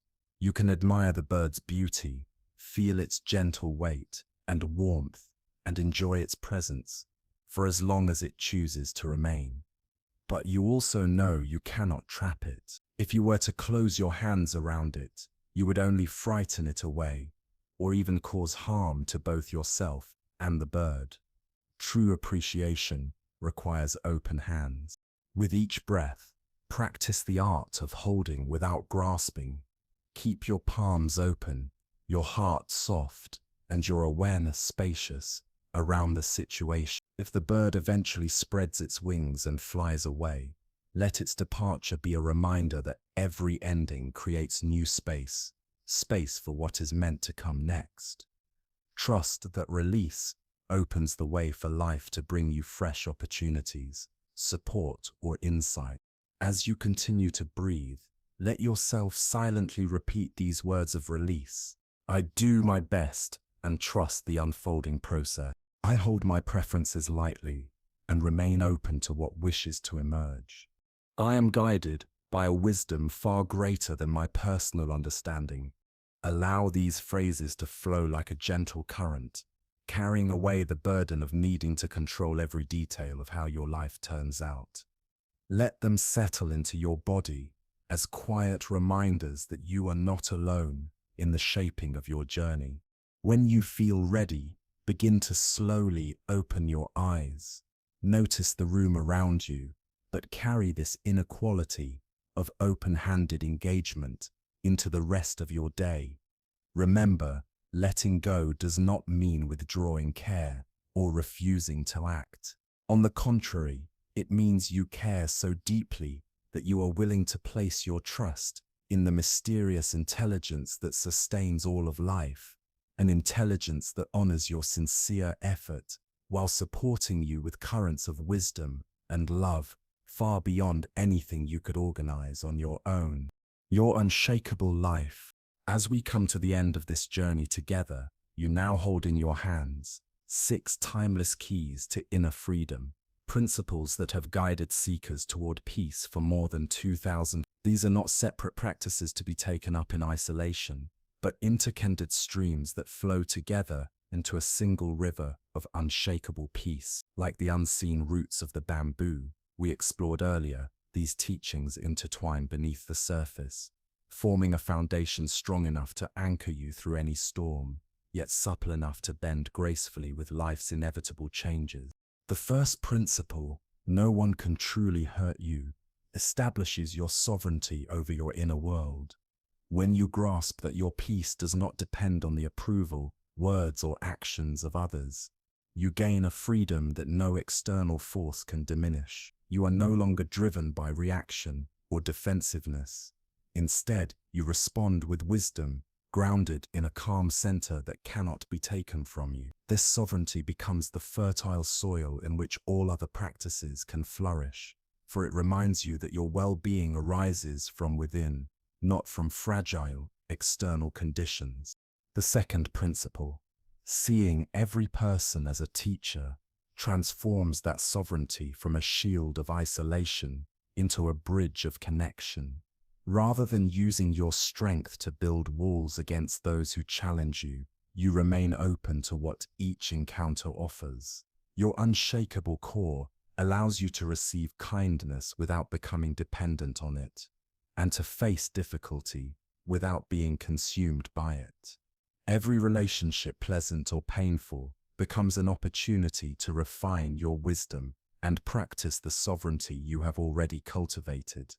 The third principle, accepting what is and letting go of what was, gives you a practical way to apply this strength moment by moment. When you stop resisting reality, you free up the energy that was wasted in struggle. This does not weaken you, it empowers you. Like water moving through rocky terrain, acceptance allows you to find the most natural path forward, adapting to obstacles while remaining true to your essential nature. Instead of exhausting yourself in battle against what cannot be changed, you flow with life as it is, steady and resilient. The fourth principle, gratitude for what you have, infuses acceptance with joy and warmth. Gratitude shifts your perspective from scarcity to abundance, from resignation to celebration. Even in moments of challenge, there are reasons to give thanks, subtle gifts, and unseen supports that reveal themselves when you choose to look with appreciative eyes. Gratitude transforms surrender into joy, reminding you that peace is not about acquiring more, but about seeing more clearly the richness already present. The fifth principle, ethical living, ensures that your freedom does not collapse into selfishness, but matures into wisdom. When your choices spring from honesty, kindness, and respect, you create harmony between your inner values and your outer actions. This alignment dissolves the inner conflict that so often erodes peace. By living ethically, you embody your unshakable core, not as a rigid rule set imposed from outside, but as the natural expression of who you are. Your character itself becomes a source of stability, untouched by external pressure. The sixth principle, trusting the process by letting go, completes the circle by liberating you from the illusion that you must control outcomes. It teaches you to act with full dedication while holding results with open hands. This trust allows you to pour your heart into life without being bound by expectations, to give your best without being crushed if reality unfolds differently than imagined. In this trust, you find true equanimity, the steady calm that defines unshakable peace. Notice how each principle supports and strengthens the others in an elegant web of wisdom. Sovereignty makes it safe to see even your most difficult encounters as teachers. Seeing everyone as a teacher makes acceptance easier because you welcome what arrives. Acceptance clears the ground for gratitude because you are no longer fighting what is. Gratitude inspires ethical living, for appreciation naturally flows outward into kind and responsible action, and ethical living prepares the heart for trust. For when your life aligns with your deepest values, letting go of control becomes a natural act of faith. Together, these 6 principles do not merely offer practices for surviving difficulty. They chart a path toward a life that is unshakable, radiant, and free. Ethical living builds the integrity that makes trust possible, and trust, in turn, completes the circle by freeing you from the exhausting need to defend or control. Together, these 6 principles form what we might call a feedback loop of freedom. Each one naturally reinforces the others, creating a momentum that carries you toward a way of living that feels organic rather than forced. Instead of juggling 6 separate techniques, you gradually develop an integrated approach to life in which wisdom, compassion, and peace emerge spontaneously in your responses to whatever arises. This integration is not instantaneous, like bamboo that grows both deep roots and flexible stalks. Your practice unfolds slowly and steadily across months and years.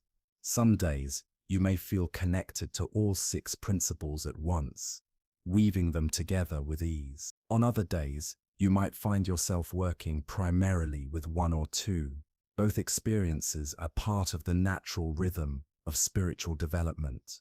The essential factor is consistency, not perfection. Each time you choose to respond rather than react, to welcome difficulty as a teacher, to accept what you cannot change, to appreciate what you already have, to act with integrity, or to trust life's unfolding, you strengthen the neural pathways that make such responses more natural. Over time, unshakable peace shifts from being an effortful practice into your default way of being.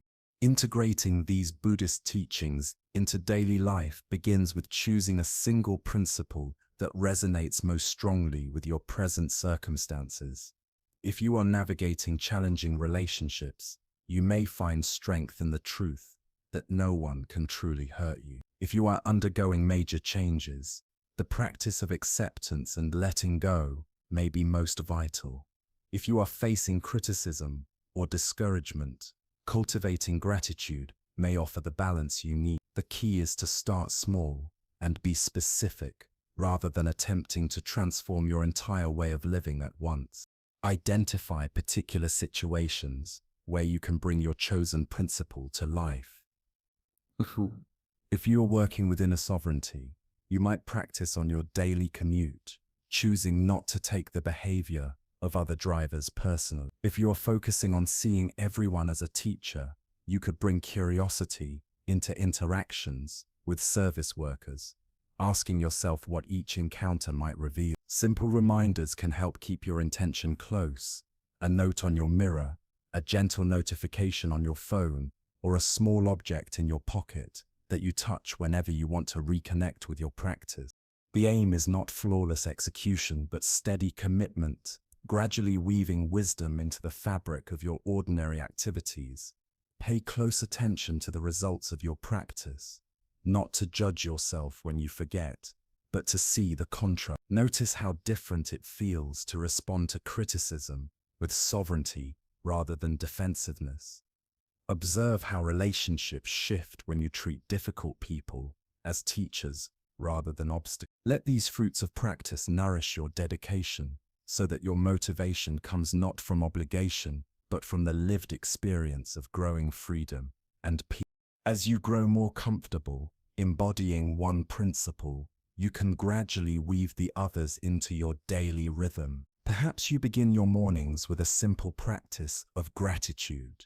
Then call upon the teaching of sovereignty when navigating challenging interactions during the day. And finally, close your evening by reflecting on what each person you encountered taught you. Over time, these practices stop feeling like separate techniques and begin to merge into a seamless way of living, in which wisdom, compassion, and peace arise naturally, like the steady rhythm of your own breath. Always remember, these teachings are meant to support and enrich your life, not complicate it. If you find your practice turning into another source of stress, pressure, or self-criticism, that's a gentle signal you may be pushing too hard or expecting too much too quickly. The path to unshakable peace is less about forcing transformation and more about relaxing into your truest nature. It should feel like returning home to yourself, rather than striving to become someone else. Trust your own inner wisdom about what you most need in this moment, and allow the pace of your growth to unfold in its own time. Also, keep in mind that practice deepens in community. These teachings are not meant to be hoarded, but shared, not through preaching or pressure, but through the quiet example of how you live. When others notice your increasing steadiness, your patience, or your clarity, they may naturally ask about the source of your peace. At that moment, you can point them toward these timeless teachings that have guided your own journey. In this way, your life becomes part of the chain of transmission that has carried these principles forward for more than 2,000. When you embody unshakable peace, your transformation extends far beyond your personal experience. You begin creating subtle ripples of healing and stability that touch everyone around you. This influence doesn't rely on words, persuasion, or deliberate effort. It operates quietly and naturally, like the scent of a flower carried by the breeze. Consider how you feel in the presence of someone who radiates genuine peace and wisdom. Their calmness soothes your nervous system. Their steadiness reminds you of your own deeper capacities, and their presence inspires you to reconnect with possibilities you may have forgotten. They don't need to speak profound truths. Their very way of being is the teacher. This is the ripple effect you create when you embody these practices fully. Your unshakable peace becomes an invitation for others to rediscover their own inner stability. In a world where reactivity, fear, and anxiety often spread like wildfire, your grounded presence offers a refuge. You become living proof that even in turbulent times, human beings can remain calm, clear, and wise, and in doing so, you remind others of their own capacity for the same. Your ability to remain centered in conflict quietly shows others that such centeredness is possible. Your gratitude in difficult circumstances reminds those around you that appreciation is always a choice. These ripples extend not only into your own circles, but also into future generations. Children raised in the presence of adults who live these principles absorb them effortlessly. They learn that wisdom and compassion are not rare achievements, but natural human capacity. They come to understand that challenges can be met with grace, that respect is the foundation of all relationships, and that true peace is found within, regardless of outer conditions. In this way, your practice becomes a legacy, wisdom you pass forward, contributing to a gentler, more compassionate world. Even the way you face global challenges shifts when you embody these teachings. Instead of adding to the collective anxiety and noise, you respond from a place of clarity and compassion. Your actions carry weight because they arise from love rather than fear, from steadiness rather than panic. You become part of the healing the world urgently needs, offering solutions that uplift rather than amplify division. As we close this journey together, remember, you are not walking alone. For over 2,500 years, seekers have turned to these very teachings and discovered freedom through them. You are part of what Buddhists call the Sangha, the great community of practitioners who across time and space support each other's awakening. With each choice to respond with wisdom rather than reactivity, with compassion rather than defensiveness, with trust rather than control, you strengthen the shared field of consciousness that makes these qualities more accessible for others. In this way, your practice becomes a quiet revolution, changing the world not by force, but by transforming your own heart and mind. Pause for a moment to honor how far you have already traveled. You began by imagining a life of calm clarity, where your mind remains steady, like still water, untouched by passing storms. Along the way, you discovered 6 practical keys to make that vision real.